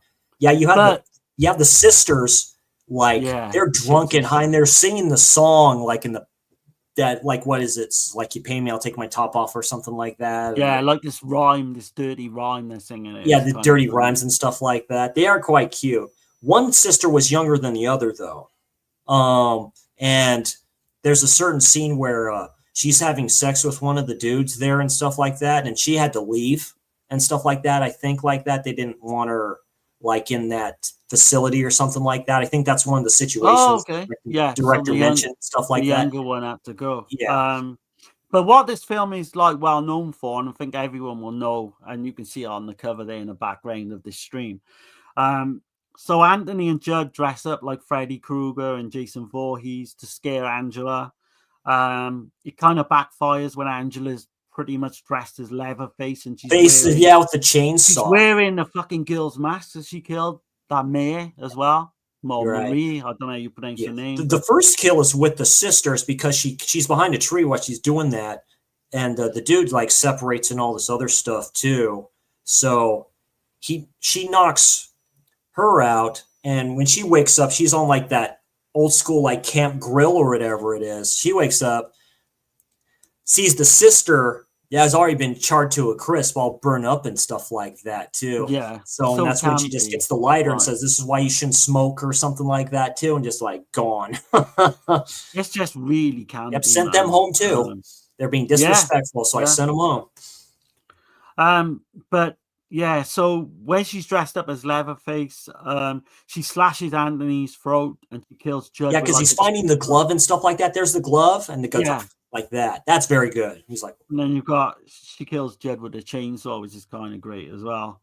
And And yeah, then gets him in the knee, and he falls on purpose. I think that's what this film's probably most remembered for, because it does nod a lot to, like, you know, Freddy, Jason, films of and old, all. yeah, and stuff like that. Just takes this chainsaw and just goes like that and all that good stuff. I think Nightmare on Elm Street as well was kind of a big influence, like Dream Warriors and films like that. Yeah. This was 88, so this is about the right time. Yeah, they knew all these, like, Nightmare on Elm Street, like, sequels were doing well, so I guess that's why they jumped on the bandwagon. Ali and Rob, who's played by Terry Hobbs, they start getting it on in the ladies' toilet, believe it or not, and that's where we get a great scene where Angela comes. She kind of catches them, but you know, he goes into the stall, then he and stands on the toilet so he's not found out. That is fun. That's hilarious because it shows them in the bathroom. You have the boom box there with the music playing. You have like the candles and stuff like that. It's like they're roughing up each other, man. She's all like, they're going to the bathroom, and then all this other crazy shit happening and stuff like that too. Yeah, that's where she knocks on the door. It's like, no, I'll be out in a second. You know, it's like get dressed. Oh, they're going for like hammer and nail, like, and she's topless again, which is no surprise. Like, and then we do jump to where they do actually get to have sex in the middle of the woods. Which is cringeworthy. It is, yeah. It's that way for a reason, and the dude explains that later to his friend. He explains it later to Sean. To me, it's almost like a realistic sex scene as well, because like the guy's sweating. It's what you would do when you're having sex. You know what I mean? Because they ask each other, he's like going, "So how was it?" and stuff like that, and he goes like, "No." It's like, you know, they kind of smirk about it. She's definitely faking an orgasm in that scene. Yeah. So he's like going, you know, they all just make fun of themselves for it and all this other stuff too. She mentions, Allie mentions to Molly too of how jealous she is of hers. Like, going, we're not friends. I don't like you. I know you don't like me. Yeah. I know that that Sean likes you and stuff like that too. Just leave me alone type of situation. So, yeah, that's. And Molly's like, what the hell? You know, because she's the nice one, right? She's the one. She's the nice one, right? Where everybody else is like whatever like that. Yeah. But we get Angela then where she lures Ali down to like the outhouse, pretending to be Sean. She sends her like a little note. Yeah, sends her a note. Man, this is a famous scene as well where she literally gets killed in a fucking toilet by drowning in the toilet. Yeah, drowning in the toilet. You see the leeches and all this other stuff too on her. Fishies and leeches and shit. And, with the big stick and stuff like that, just like a plunger almost. Just like this was banned as well in the UK. This was another scene banned. Well, yeah, that's a good camera angle for what they used at the time, because you have the camera angle underneath in the hole, right? Showing her like put the stick in there and stuff like that from a different point of view. That was done very well. Yeah, it's a scene where it's like makes you cringe a little bit. You're like, ugh. Yeah, that's pretty. It's a gross out scene. It's meant to be that way. It does. I love it. I think it's great. One of the most memorable scenes, I would say. Yeah. Sean says he's literally almost went to Camp Arawak like 5 years ago. For some reason he didn't end up going, but that's where the killer struck. And then you've got you see the other girls then in the camp. You know, Demi tells Angela that she's phoned the families of the campers who were sent home. Right, that's what. Yeah, because she's all playing the banjo and stuff like that. Yeah, it's like Angela gets going on here. That's kind of it's pretty interesting because her room is like right there in the bunks. You know, with the mirror thing is that and stuff like that. Yeah, too. Yeah. And you got the whole guitar comes in to play the guitar string where she's killed. Yeah, she's all like. She's like, yeah, I just don't know what's going on, but I contacted the parents and all that stuff. I was like, oh, okay, that's a good idea. She all go ting, ting, ting. Yeah, she gets strangled. Strangled with the guitar string. Horsehair. She gets stabbed to death. Yeah, that's horsehair. Yeah. Yeah. Another scene I like then. I don't think I've seen that with I don't think I've seen it with guitar wire. Kill with guitar wire. I've seen every other show kill used. Oh God, I'm sure I've seen this somewhere, but I don't know if it was before or after. I mean, Silent Night, Deadly Night too. He used an antenna and just like wrapped it around her. Well, I guess there's trauma. It's Dario Argento's trauma, where there's some kind that's of true. wire device. Yeah, you no. know? Wha- But yeah. yeah. I guess that's kind of like it. Yeah.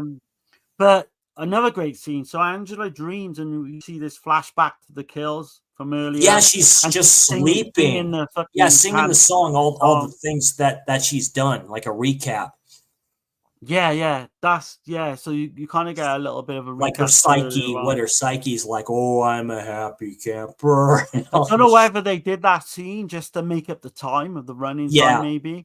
Because these films are all like 80 minutes long, or certainly the first one's 85, I believe. That's what they wanted it to. They didn't. The studio didn't want to push it. They didn't want to They didn't want to really push it past a certain. It's like, and we got it down to 88 minutes and stuff like that too. Specifically with the third one, which we're going to talk about after this one. But yeah, they're on constraints there for time. It's a trip because, like I say, these two films that we're talking about now, they were done within 6 months of each other because that was the deal that was made. So, it's like it's a trip. Yeah, back to back. Then you've got obviously Uncle John and TC. They fire Angela, then they send her home for sending all these campers, getting rid of all these campers. There's barely anyone left in camp. And then again, these are all bangers, these scenes. So you get Sean and Molly, then they go to cheer Angela up and find all the bodies of the dead campers in this wooden shack that Chris was on about earlier, that Angela's staying in.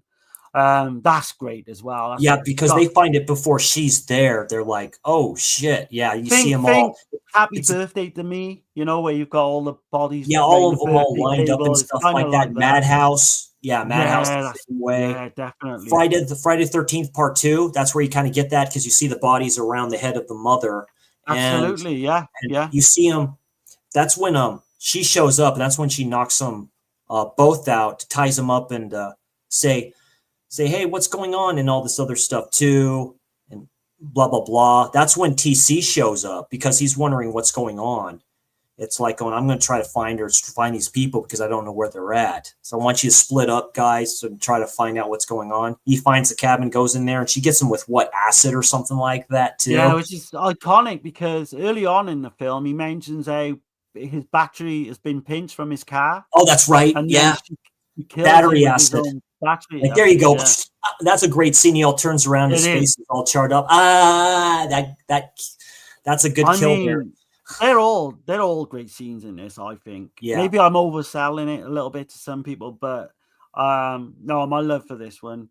So Sean works out then that Angela is in fact Angela Baker, who killed everyone at Camp Arawak, and his dad arrested her, and then out of nowhere she fucking decapitates because she was in a Sean. mental institution and she got out with good behavior and all this stuff too. Because she talks about that a little bit.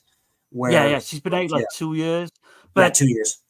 The scene comes out of nowhere where we think Sean's going to be the final boy, but she just completely fucking decapitates him. Yeah, puts him in the TV. It's like, oh look, there's Sean. He's on and stuff like that too. Just terrifies the hell out of Molly. And I see, I see where this is going. Where we get to a sequence of events that's just terrific. Oh yeah. So Molly, she ends up untying herself and escapes. She kind of whacks Angela over the head with like a log. Yeah. And then you've got like the chase scene there where Angela's chasing her through the woods. Molly, don't she fake an injury with her leg? I think at one point. Well, she gets cornered on like a cliff in the forest, like a little bit thing. Before she falls, Angela tries to get him, and then Angela just kind of like thinks she's passed, and it's like, I really liked you, Molly, and I'm like, oh, that's her. She's the one. Oh yeah, she ends up. She presumes she's dead.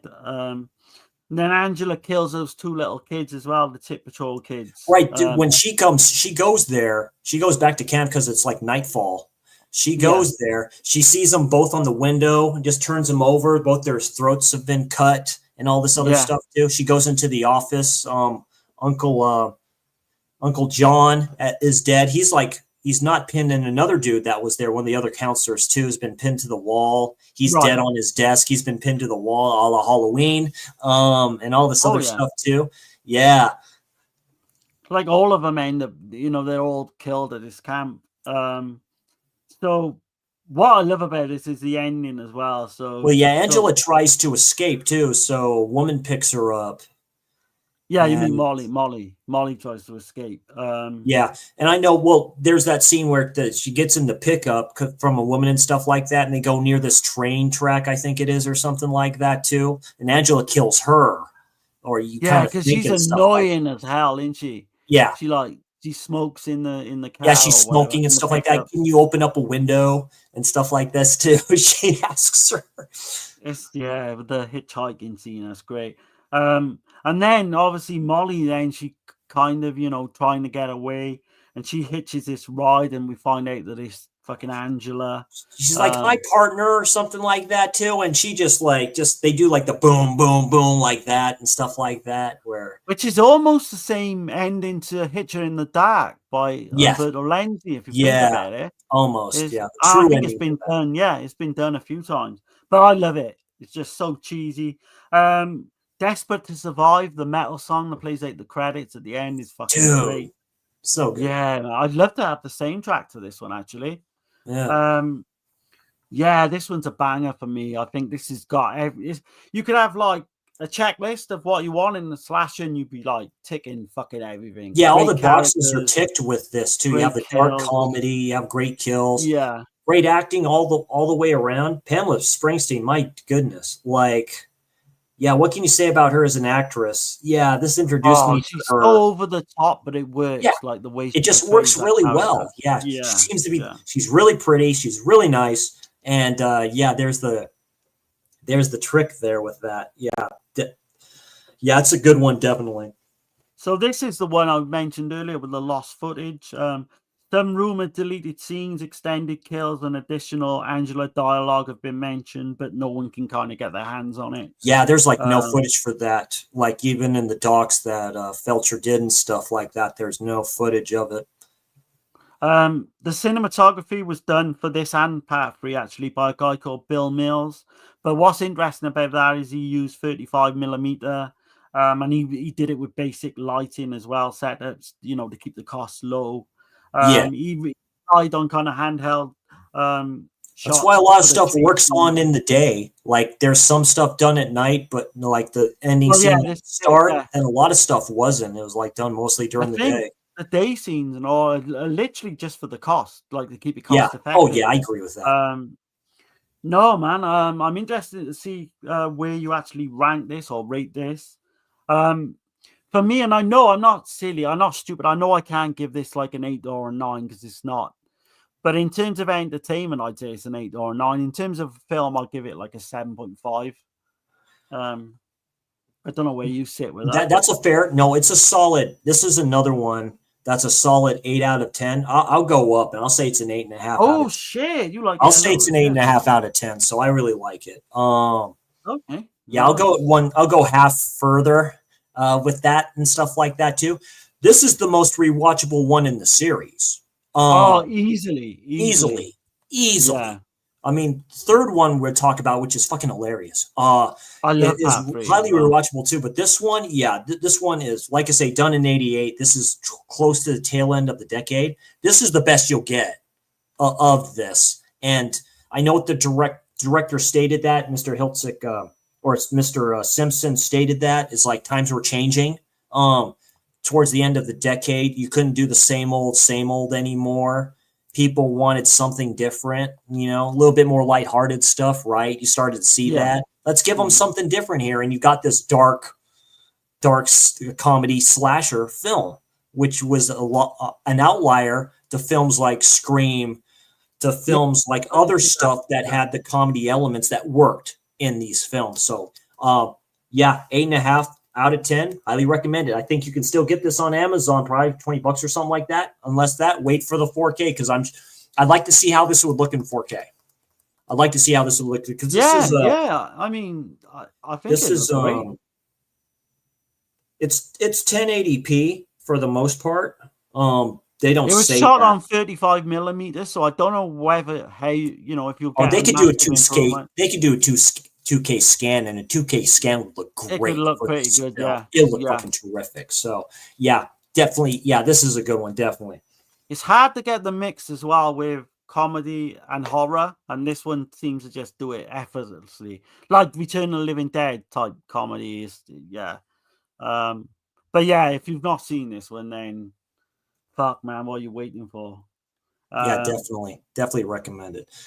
But yeah, I'd like to thank everybody for sticking along with us too. Thanks for dropping in, Wild. Well, I really appreciate it. Wild Wrangler, he has great slasher recommendations too, like going into old school streams and stuff like that with him in the chat. He's like, have I seen this? Have I seen that? So he's introduced me to quite a few slashers as well. Oh man, he's a big supporter of me and Dirk's channel as well. Yeah, great person all the way around. Definitely. Give me a quick second. I'll be right back. So yeah, we're gonna literally about to come on to like the third film. I know I mentioned this earlier, but I've never seen this one. Let me know in the chat if anyone like what you think of it. Return to Sleepaway Camp. They did do Survivor as well, which like literally had 30 minutes of footage, and then they kind of abandoned the project halfway through, or literally a third of the way through. For money, I think it was money trouble. I just haven't got the heart to watch Return to Sleepaway Camp. I don't know why.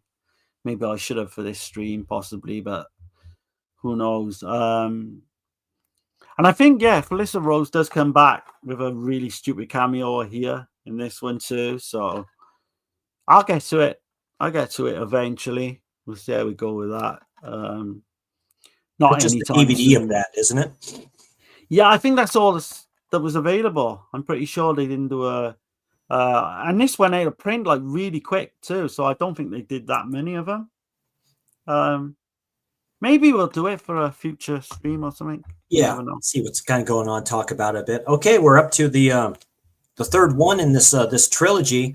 We're talking about 1989s. Like I say, these were done almost back to back, basically, and that's a Sleepaway Camp, Teenage Wasteland. Yeah, you've got the cat. That's a good shot. That's a good one right there. That looks a bit better and stuff like that too.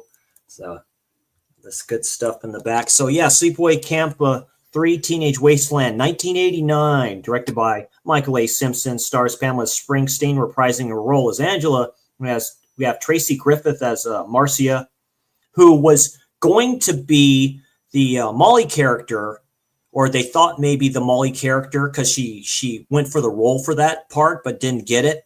So she's still around. So she got the role of Marcia. Yeah, it just didn't maybe fit the director's part for that. So like, okay, I'll put her in this one. So you have Miss Tracy Griffith, of course, like that. You have Mark Oliver as Tony, Michael J. Pollard as Herman. Michael J. Pollard, what the hell? Oh man, he's so funny and that dude's a trip in real life. He was just a trip in real life to begin with, anyway. He did. Have you seen the slasher American Gothic from 1988? I've heard of that one. I've seen him in other films. So yeah, so he would have done American Gothic pretty much just before this. Okay. You know, Haynes Brooke is Bobby, Sandra Dorsey is Lily, Kim Wall is Cindy. Filmed in Bremen, Georgia, USA. Budget was $450,000 for this one. So yeah, both these films kind of filmed one after the other and stuff like that. So filmed in Georgia, nice forestry type area and stuff like that too. They just moved locations a little bit, you know, to like different type of stuff. So this is more done in the forest wise and what have you. Yeah, I think the main camp is the same. They just kind of changed the name to Camp. Yeah, they just changed the name to that. So it's basically a camp for troubled youth. Yeah, I love that part. We're going to get into it, so go ahead and lead us off there, Darren. Just talk about your thoughts on this film too, as well. Yeah, I mean, this is so much fun as well. It's kind of more of the same to part 2, and it doesn't quite hit the heights of part 2, but so part 2 was pretty much a moderate success on VHS. The producer Jerry Silver and Double Helix Films, they greenlit pretty much while part 2 was being made, like this one. And yeah, shot in the same place, Camp Yates in Waco, Georgia. Like they just kind of just literally just put new signs up to make it all look pretty much different. But if you do see the two films back to back, you can make out, you know, it is the same place. The flagpole. Yeah. They edited this really quickly for like an early kind of 1989. Yeah, again, to cut the time too. Time constraints. Still, it had to be around 80 something minutes. It's like crazy. And if you notice as well, there's a lot of continuity errors in this, which fans have picked up on. There's kind of a few pacing issues here and there. I don't personally, for me, it runs nicely at 80 minutes. But censorship hat. So the BBFC in the UK, this was come out as Nightmare Vacation 3, but they cut 1.5 minutes of footage, including the lawnmower death, which we'll mention in a bit, and the garbage truck kill as well. Oh yeah, what a great opening to a film! Holy shit! It really is. It really is. Released on August 31st, 1989, with a limited theatrical run by Double Helix, and I think they primarily brought this out in drive-ins. It wasn't given, you know, like any major theaters or anything like that, which is kind of, I'd love to have seen this in a drive-in back in the day. Oh God, yeah, man, it's a perfect kind of drive-in film. But yeah, Teenage Wasteland, and of course Justin Kurzweil from the slasher movie book.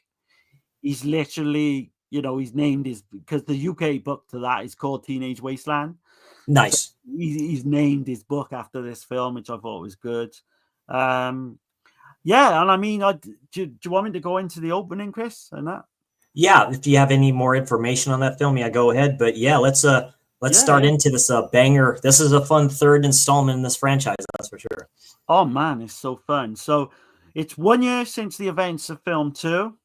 And we get a topless girl straight off the bat. Tattoos like on her. Yeah. And you got the actress then who looks very similar to Angela, Maria Nacastro. She's heading for the camp, and she's run over. You hear her parents arguing and stuff like that too. It has like a Brooklyn or New York atmosphere and stuff like that, because they filmed it all in like that town and stuff like that too. Yeah. The director said they had limited time to kind of do this, so it worked out a lot better. It's so funny, the dialogue in that as well, because her mother's like, oh, they couldn't give a shit, basically. Her parents, they're like, just bad teens and stuff like that send their ass to camp and stuff like that for troubled youth. But I think they did the opening scene with the garbage truck really well, because she does look very similar to Pamela Springsteen. She does. You know, you can tell it's a wig. You can tell it's a wig, which I thought was very interesting for that.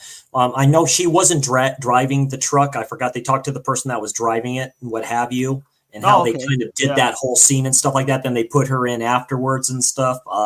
Basically, she's out there and stuff like that, and then you just see this garbage truck going after her, like literally going after her. This goes out there and straight up like runs her, which was a good shot too that they used, like a crash test dummy or something like that. They said that shot worked pretty good with the shots that they did. Just ran her ass over, puts her in the compactor. That's a good kill right there.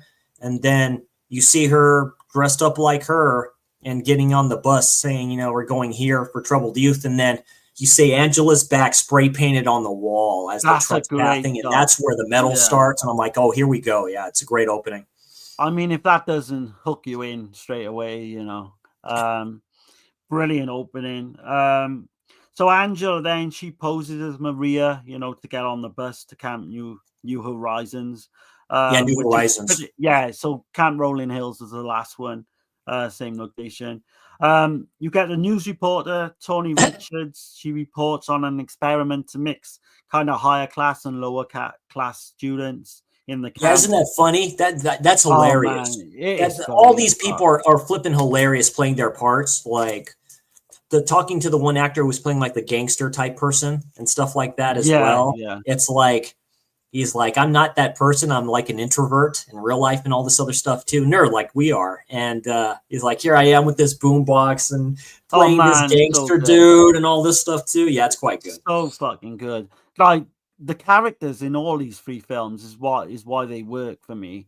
There's some great characters and they're stereotypical maybe, but That's I think Michael that's what Pollard as Herman, dude. You can tell you can tell. He's almost Pauly Shore before Pauly Shore. He has that, that weird childlike thing. You see him doing this all the time. He's like, hey, and like all this, what the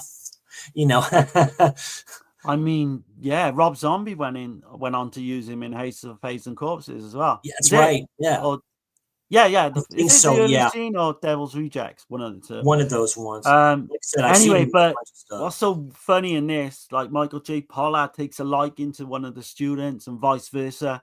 And then you've got a sex scene with him when he starts. He was like that in real life. He was like that, almost like he was special needs and stuff like that, because they said they had to keep an eye on him on set because he would just appear at times. It's quite fucking scary to know that he's doing this with this young girl, because he's sucking on her titties and everything. And maybe like drug use and stuff like that too. That could happen. I don't know a lot about the actual actor himself and stuff like that, but talking to the director and people that were on set, it's like going, he's funny, he's cool to hang around with and stuff like that too, but you had to keep an eye on him because he was well known for going with the females, is he? Yeah, he's well known for going with females. So you got Herman, Michael J. Pollard, and Lily, played by Sandra Dorsey. She's great as well. They run this camp. And they're so goofy characters, like a husband and wife and stuff like that, or something like that, which is even more trippy. And the wife's like lazy as fuck, and she's they're both They go camping later. I know we're gonna go through the scenes, but then she takes her own steak and she makes the kids gotta eat their own fish they catch and shit. But little things like that are so funny. So we meet up all the kids then in this camp. Angela Baker was known as the Angel of Death. From all the murders that happened a year ago. That's kind of the nickname. The news reporter then asks Angela to score her some cocaine, which is a great scene. It is. It's like, do you have some cocaine? It's like, she's like, where she's like, what the hell? You? And it's like, you got it? Sure. Give me a minute. And I mean, I'll call her just for the review, I'll call her Angela. I know technically she's going under that other girl's name in this. Yeah, she gets Comet. Yeah. She gets Comet. Oh, I couldn't watch that. I cringe with certain scenes. I can get anxiety attacks with certain scenes in films. Yeah. I had to turn away there real quick. If you put a needle in your arm on screen, or even bites from vampires, it depends. Even sniffing up shit up your nose and stuff like that too. I had to turn for like a quick second there when she's in her car and stuff like that. She's like, all right, let's try this stuff. And she just goes like that. I'm like, don't she say a line along the lines of, if you're a drug addict, you really need to know what's going into some of this stuff. And she puts out Ajax, I think it is, clean up. Yeah, Ajax. Yeah. Yeah, man. Yeah, it's not good. Not good. She just goes over on the car and stuff like that too. It's like, boy, we already started with this stuff. So yeah, it gets the ball pretty quickly. This goes straight for the jugular. So you get the campmates, they all split up into 3 groups because they kind of do this. They all go outside camping and they kind of bonding and all that. Herman, like I say, he seems to take a liking to one of the female campers, and he's really creepy. I don't know that scene. Barney Whitmore shows up, and he's the cop father of Sean from part 2. And he comes as one of the counselors. Yeah. A big fight scene early on with the Mexican guy and the black guy as well. Tony. Tony. He's a good character as well. Yeah, he's a great character. So yeah, they have a fight and it gets broken up. You got girls getting topless right, left, and center in this. Angela's put into the group with Herman, Snowboy, Peter Boyle, and Snowboy. Yeah, that Snowboy, right? He's a spitting image of Duffy from Guns N' Roses. Yes, he is. I'm like, shit. He like took me back a little bit, but he's a great character. He's spray painted. He's the one that kind of says, "Teenage Wasteland" and all this other stuff too, because he's like going. He's one of those, piece of shit youngins and stuff like that. You can't tell me what to do. Blah blah blah. F off. I'm just. He's like a punk rocker of the time. Yeah, and he's spray painting shit right, left, and center. Each one of these each one of these people is there for a reason, which makes it very interesting. What is it? Is it the Lily character who's the racist? I think because was it Marcia likes Tony and stuff like that, and she kind of smirks and says he's from Mexico or something like that. Oh, and yeah. I'm like, going, what now? I'm like, oh, okay, that's where we're going. So, you know, she's really stuck up, isn't she? And she's really stuck up, and she's hardcore racist. She does some racial words in here where you're like, whoa, wait a minute. She's pretty fucking hot, though. I think they're all. No, she is. Yeah, most of the women in this. They talk to her too about that. He's like going, yeah, just saying some of these words and stuff like that. You know, oh yeah, she uses the N word a couple of times. Yeah, like she's going like, oh, I got to do that. Okay, you know, like knowing who we have acting here and stuff like that too, because they're like eating their stuff and stuff like that too, where the dude's talking about rap and stuff like that too, and she says that stuff's awful and stuff, and whatever like that too. It's just bad, and I'm like, oh, here we go, and like calls her a bitch. She's like a rich kid, isn't she? She does. Yeah, I think she says she's being paid quite a lot of money for doing this, where the other kids are just the poor kids are doing it for nothing. Yeah. Barney explains how his son Sean was murdered in the last, pretty much the last film. And that kind of breaks the ice with the students. And then Tony, I think it is, he kind of warms. Yeah, because Tony has a fight with the black kid when they're all introducing themselves and stuff like that, you know. Where they're in the same spot, they're in the same cabin, you know, the same lunch area. We're going to get to that later on in this film and stuff like that, where Angela gets reconnected with everything and stuff like that, you know, right? Where it's like, it's good to be home type of a thing. But that's when the officer breaks up the fight and stuff like that too, where he just takes because there's an Asian dude in here too, right? Or there is, yeah. Every stereotypical person you can and where they just, you know, just separate them and stuff like that too. It's like, no, we're not having this here. So, you know. So Herman, the young girl he takes a liking to, it's kind of weird, man. Yeah, because he asks him to go do something and stuff like that too. And he's like, hey, let's go do it. Like, damn, dude. He calls her Sweet Pea all the time. Yeah, Sweet Pea. Like, hi, Sweet Pea. yeah, that's exactly how he fucking says it as well.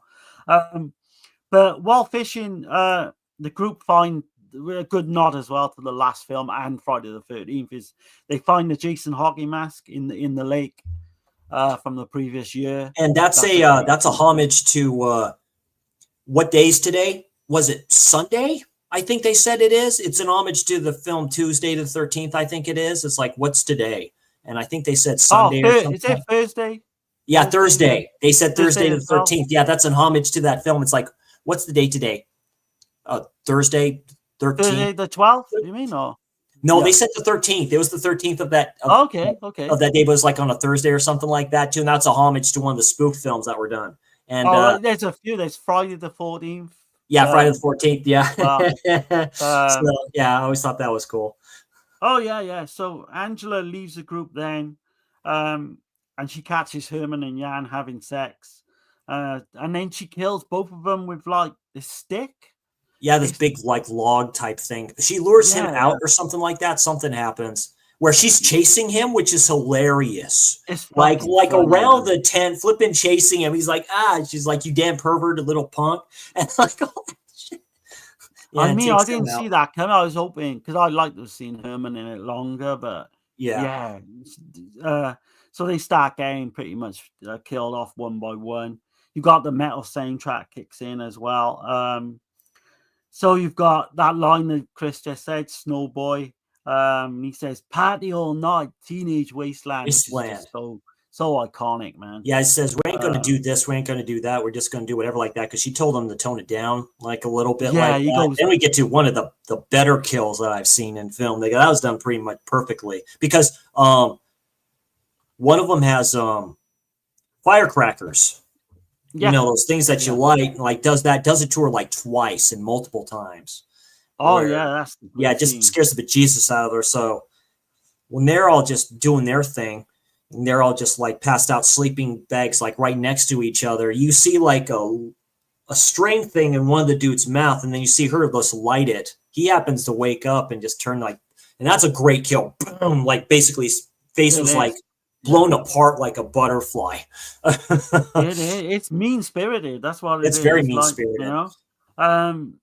But again, a little bit of a nod to the last film where we got kind of a love story going on with Tony. Yeah.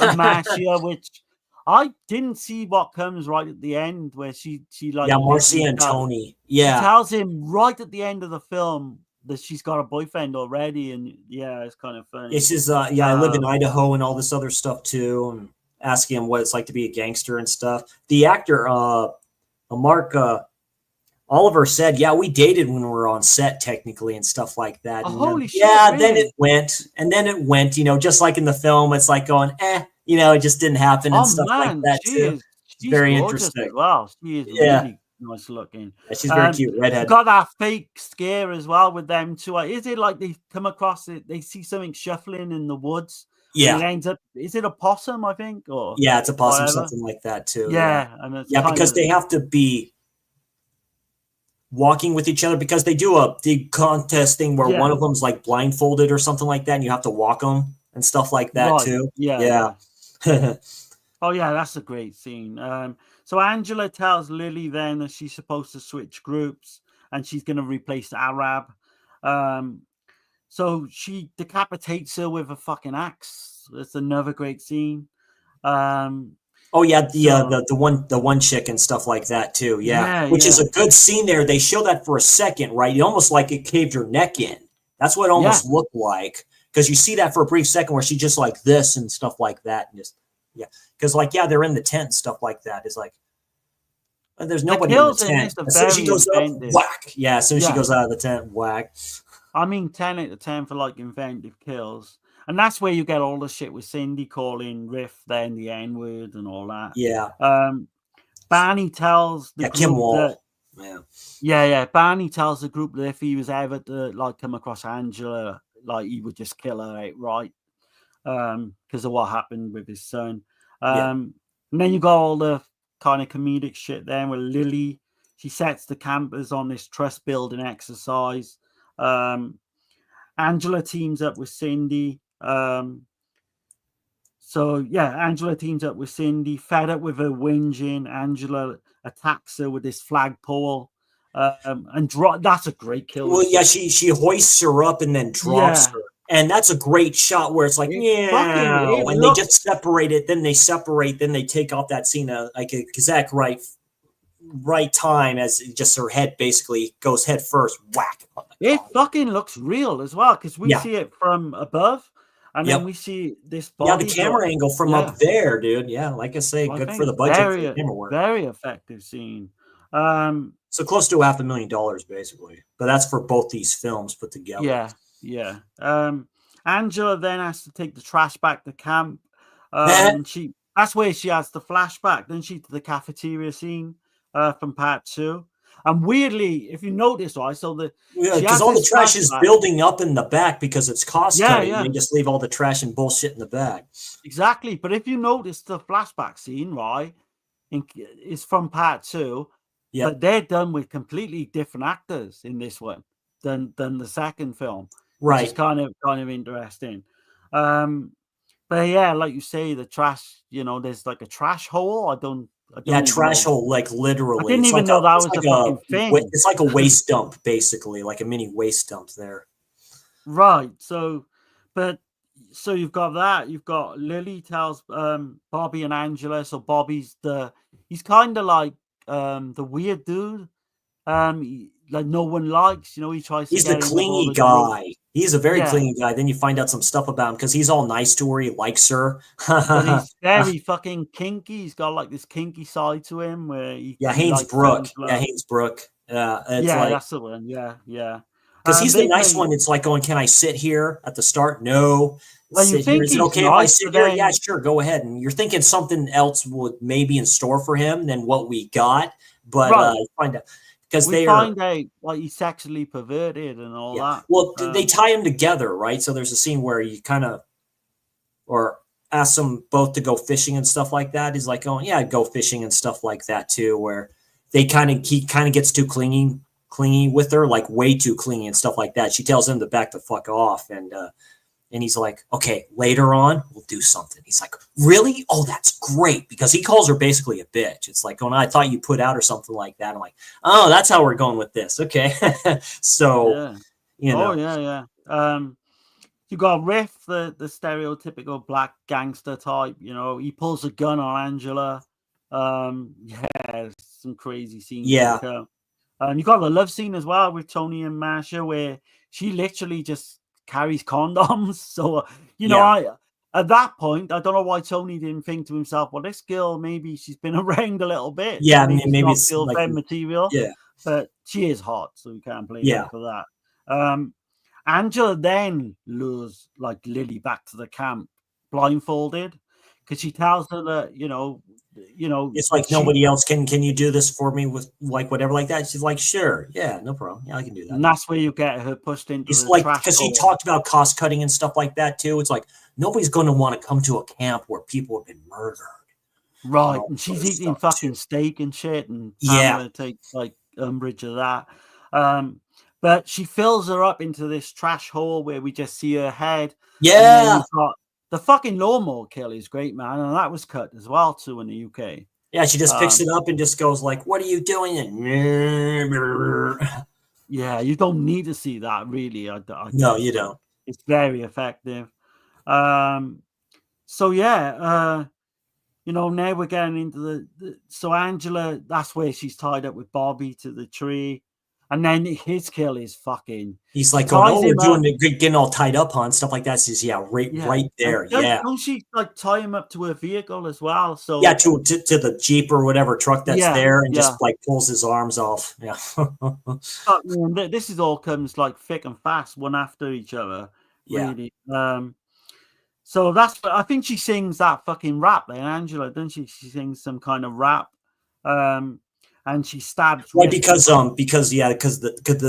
dude gets like a tape. He gets a tape for the boom box. He puts it in there, and then it's just like her like saying some stuff or whatever it is, and then like what's and that's when is it he? No, that's the one dude, the one other dude. When the dude gets the firecracker to the face, like he's in like he goes in the tent and stuff. She sets the tent on fire. I think this one was. I think she shoots him actually with the gun or something like that. I think she does. I forget. No, this one she kills with the 10 spikes. Oh, that's right, the 10 spikes. Yeah. Another scene, effective. So Angela tells Masha then she has to swap places with her. Angela kind of fakes a leg injury. That's what I'm thinking. I was thinking. Oh, that's right. Yeah. Yeah. Barney goes back to the camp with Masha and. So you got Masha, Barney, and Angela. They all go back and they discover Lily's body. Barney tells Masha. Yeah, she does. Yeah, she does. She sees it and she's like, "What's going on here?" Because they're all like in the mess hall or where they cook and stuff like that too. So they're all in there. He tells her, "Oh my God, she's dead out there. She's dead." You know, yeah. So that's where Barney works out then that Angela is in fact the killer.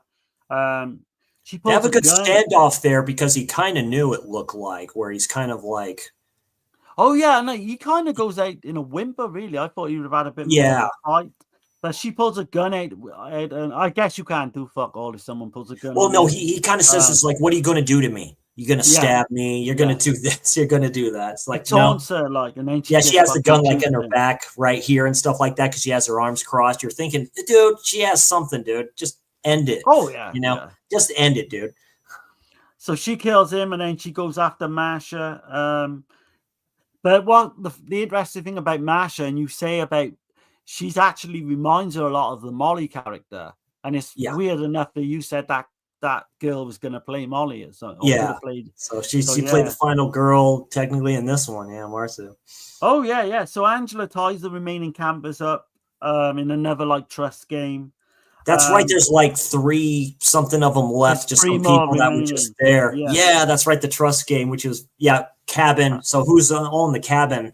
You know, the cabin tells them that they gotta find Masha in the game. Yeah, Marcia in one of these. And that's where we see Barney's body like fucking hung up, like, and we see his body kind of fall down. Yeah, Slasher so style, good. Yeah. Oh yeah.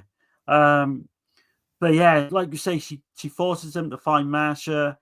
They come across all the dead campers. You know, Masha's tied up. Kind of comes thick and fast. Then you got Greg and Anita are killed then in like these booby traps. Angela decides to let Masha and Tony go free, which is kind of weird, but you know. Yeah, it's a good booby trap. What is it? It's like they get pinned, but not him. Like something happens where it's done on point too, where it's like they get pinned to the wall. It's like going, oh, to pair that. Exactly. But yeah, she decides to let them go. Masha gets free and attacks Angela, stabbing her. We've got the whole Masha and Tony call the police. They think we think this is the end. She says something and stuff like that too, where it's like it was like a fun while it lasted or something like that too, because you think she's dead. Yeah, because her eyes are open and all this other stuff too. I'm like, oh damn, you know. And that's where you get the whole great ending as well. So Angela's taken to the hospital, and you got the whole paramedic scene, which has been done numerous times, but it's still you have Marcy and Tony in the car, where he's like going, maybe I will go to, maybe it's a good idea if I do go to Idaho with you and stuff like that. She's like, well, really, I actually have a boyfriend and stuff like that too. So it's like, I'm like, oh wow, it's like you couldn't even time that. And he does take that actually quite well, doesn't he? Because he's like going, yeah, okay, so like back to normal. But then, like you say, you so Angela's being taken, Oh yeah, she's been taken to the hospital in the ambulance. You've got the paramedic and the policeman in the back with her. And they're both deciding, because they know who she is, the serial killer, and they're like, let's kill her. Just do it. Just do it. Yeah, should we do it? I think, and you've got the Slaughter High ending, if you think about it, with the syringe. Yeah, all the Terrifier as well in the morgue and all this other shit too at the end of that one. Think Slaughter High Marty with the syringe in the eye. Halloween 4. Yeah. Done like almost tit for tat for that. Yeah, takes the syringe and just takes that dude out in the eye, like You've got the awesome line saying, so the ambulance driver turns around and asks, "What's going on?" And then Angela replies, just taking care of business, and that's the end. Sleepaway song at the end. Yeah, the Sleepaway. Yeah, Sleepaway. Yeah. This is a hell of a lot of fun, man, this film. Doesn't quite reach the heights of part 2, but it's fucking, now I've gone back and we've gone through it. It's not a million miles away from it, I don't think. A lot better than its reputation, I think. But I would give this like a solid 6.5, probably I should say 7. If I'm thinking about it a bit, the way I am. Where do you line with this one on that? All these films I gave solid 8 out of 10s. I mean, it's just they go great together. This is a great trilogy of films. It just is. I think they go back to back very well. Specifically, of course, these two, considering when they were done. They absolutely do, yeah. But I like the kills. I like the comedy. This film's hilarious. It's very good. The actors and actresses are just having fun here.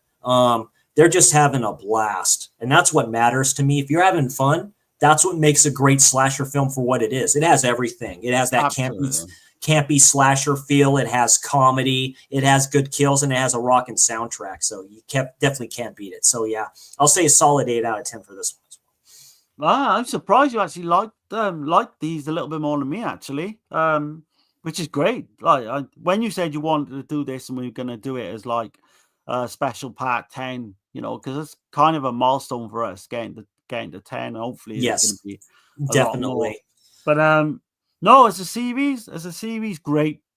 I mean, you can do all these in just over 4 hours if you put them all together. You can do them all in one night quite easily enough. And yeah, we'll have to think of more to do. Maybe a few more series down the line that we can do, because I know we've got loads of ideas and shit to come. Oh yeah, definitely. I think you've got a notepad full of ideas that one night. Yes, I do. So yeah, we both. It's kind of like me and Dirk. Me and Dirk's got tons of ideas that he writes down as well. So we kind of do it like that. That's very good. Yeah, brilliant series. I love it. Not so much this one because I've not seen it. I can't really say, but I will. I know I've mentioned that a few times. And maybe we can do this and do the raw footage of Survivor Yeah.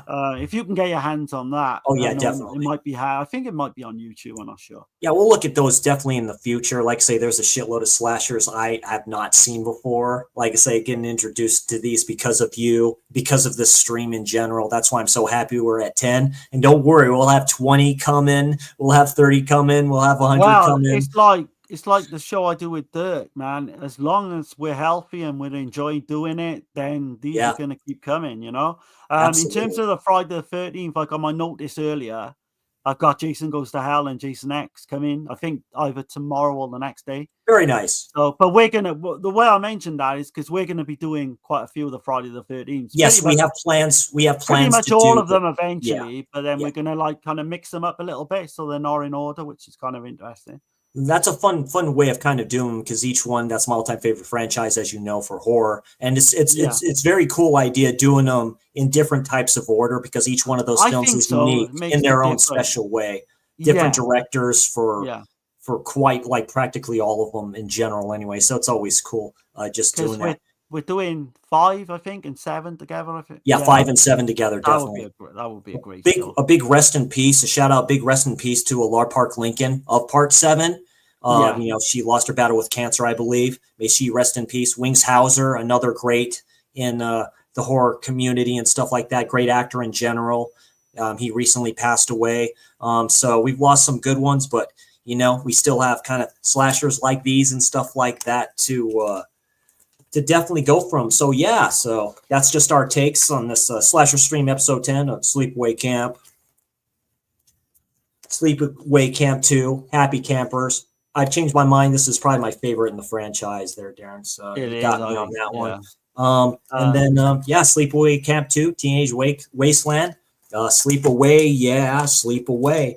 There you go. Darren, what do you have going on with Dirk on Sunday or Saturday? Yeah, so Sunday night we're going to be doing kind of a newer kind of neo giallo, you know, like fairly, when I say new, you know, within the last, say, 10 years or so. And we're going to be doing Video Man, which I've heard some great things about. And it's kind of got a giallo homage to it. Barbarian Sound Studio, which I've seen the first 30 minutes a long time ago, and like it wasn't for me, so I'm going to be interested in go back. Kind of looks like the Four Flies cover a little bit there. Yeah, it does. And Strange Color of Your Body's Tears, which I'm looking forward to watching. I've seen their other film, Amia, I believe, which I like a lot. Nice. We got that. We got Fulci coming up the week after, where we're going to be doing Murder Rock, Door to Silence, and Enigma. Very cool. We got tons of stuff. If people watching this, though, can do me a big favor, go over to Subjective Perspective Collective, because we're on 480 subs and we want to get to that 500 sooner rather than later. So if you could do that for me, I would highly appreciate it. And hopefully stay over there as well and watch some of our content, because I think like this stuff with Chris blends really well, you know, together. So absolutely, totally agree with that. They're the best at doing giallo. They're the best at doing just those horrors that they do. Definitely check them out. Highly, highly recommend that channel always. They're part of the reasons I got to just doing this as a fun project. So it definitely works out. Slasher Saturday. It will happen this Slasher Saturday. I'm going to be doing my thoughts and review on The Wind from Nico Mastorakis, I believe. There's two other films that there's one other film that I have from him, and then there's one other one's called Death Island or something like that, I think it is. Island of Death. You gotta watch that one. Yeah, Island of Death. But expect a Slasher Saturday for this one, this coming up Saturday. And then next week, Giallo Wednesday, Who Saw Her Die. So from the great Aldo Lado, who doesn't get talked about enough as a director. So me and Darren did this for Giallo Rex that I called now Talking Giallo, but if you haven't checked this one out, check it out. It's a great giallo film. This predates Don't Look Now, so definitely. That's an underrated banger. Absolutely. Yeah, check that out, and a future slash along of Freddy versus Jason. That's planned in the horizon sometime. So yeah, just future content here, and future streams with Darren, of course. Future slasher streams to come. And this was a great one. I had a blast doing Slasher Stream 10. We made it, folks. We're at 10. 100 more million to go. So definitely. Definitely good Oh times. God, yeah. The films we could do is kind of endless, so expect a lot more. Expect a lot more. Yeah, all right. So I'd like to thank everybody for joining. You people are all awesome. If you can, check out the replay. I know other people are doing streams tonight. That's all good. I love this community anyway. And I'd like to thank Darren. Can I give a shout out to Dead Pit? Obviously, I know a lot of people know deadpit.com. We do a Eurocrypt on there like every couple of weeks. Go over to them tonight because they're doing a big stream on Vinegar Syndrome. I think Christian Free had to a Black horror Friday sale. Yeah, it goes live at midnight. Yeah. So get over to there. You're gonna see what those titles are. Come on, make it be body count. Come on, make it be body count. Part of me wants them to be good titles, but my wallet's telling me no. I hope they're not. But yeah. We'll see. Well, it is too, definitely. Yeah. RL stuff unfortunately comes first, but we have escapism like these slashers in this stream. So definitely thank you all for joining. I am Chrissy. I'm the Slasher Nerd. That is Darren from Subjective Perspective Collective. You all have a great evening. Enjoy the weekend, everybody. And don't go to any summer camps. If your camp counselor happens to be named Angela, you may be in some trouble. Okay, that's all I'm going to say. You all have a great evening. I'll see you all next time. How are you then, guys?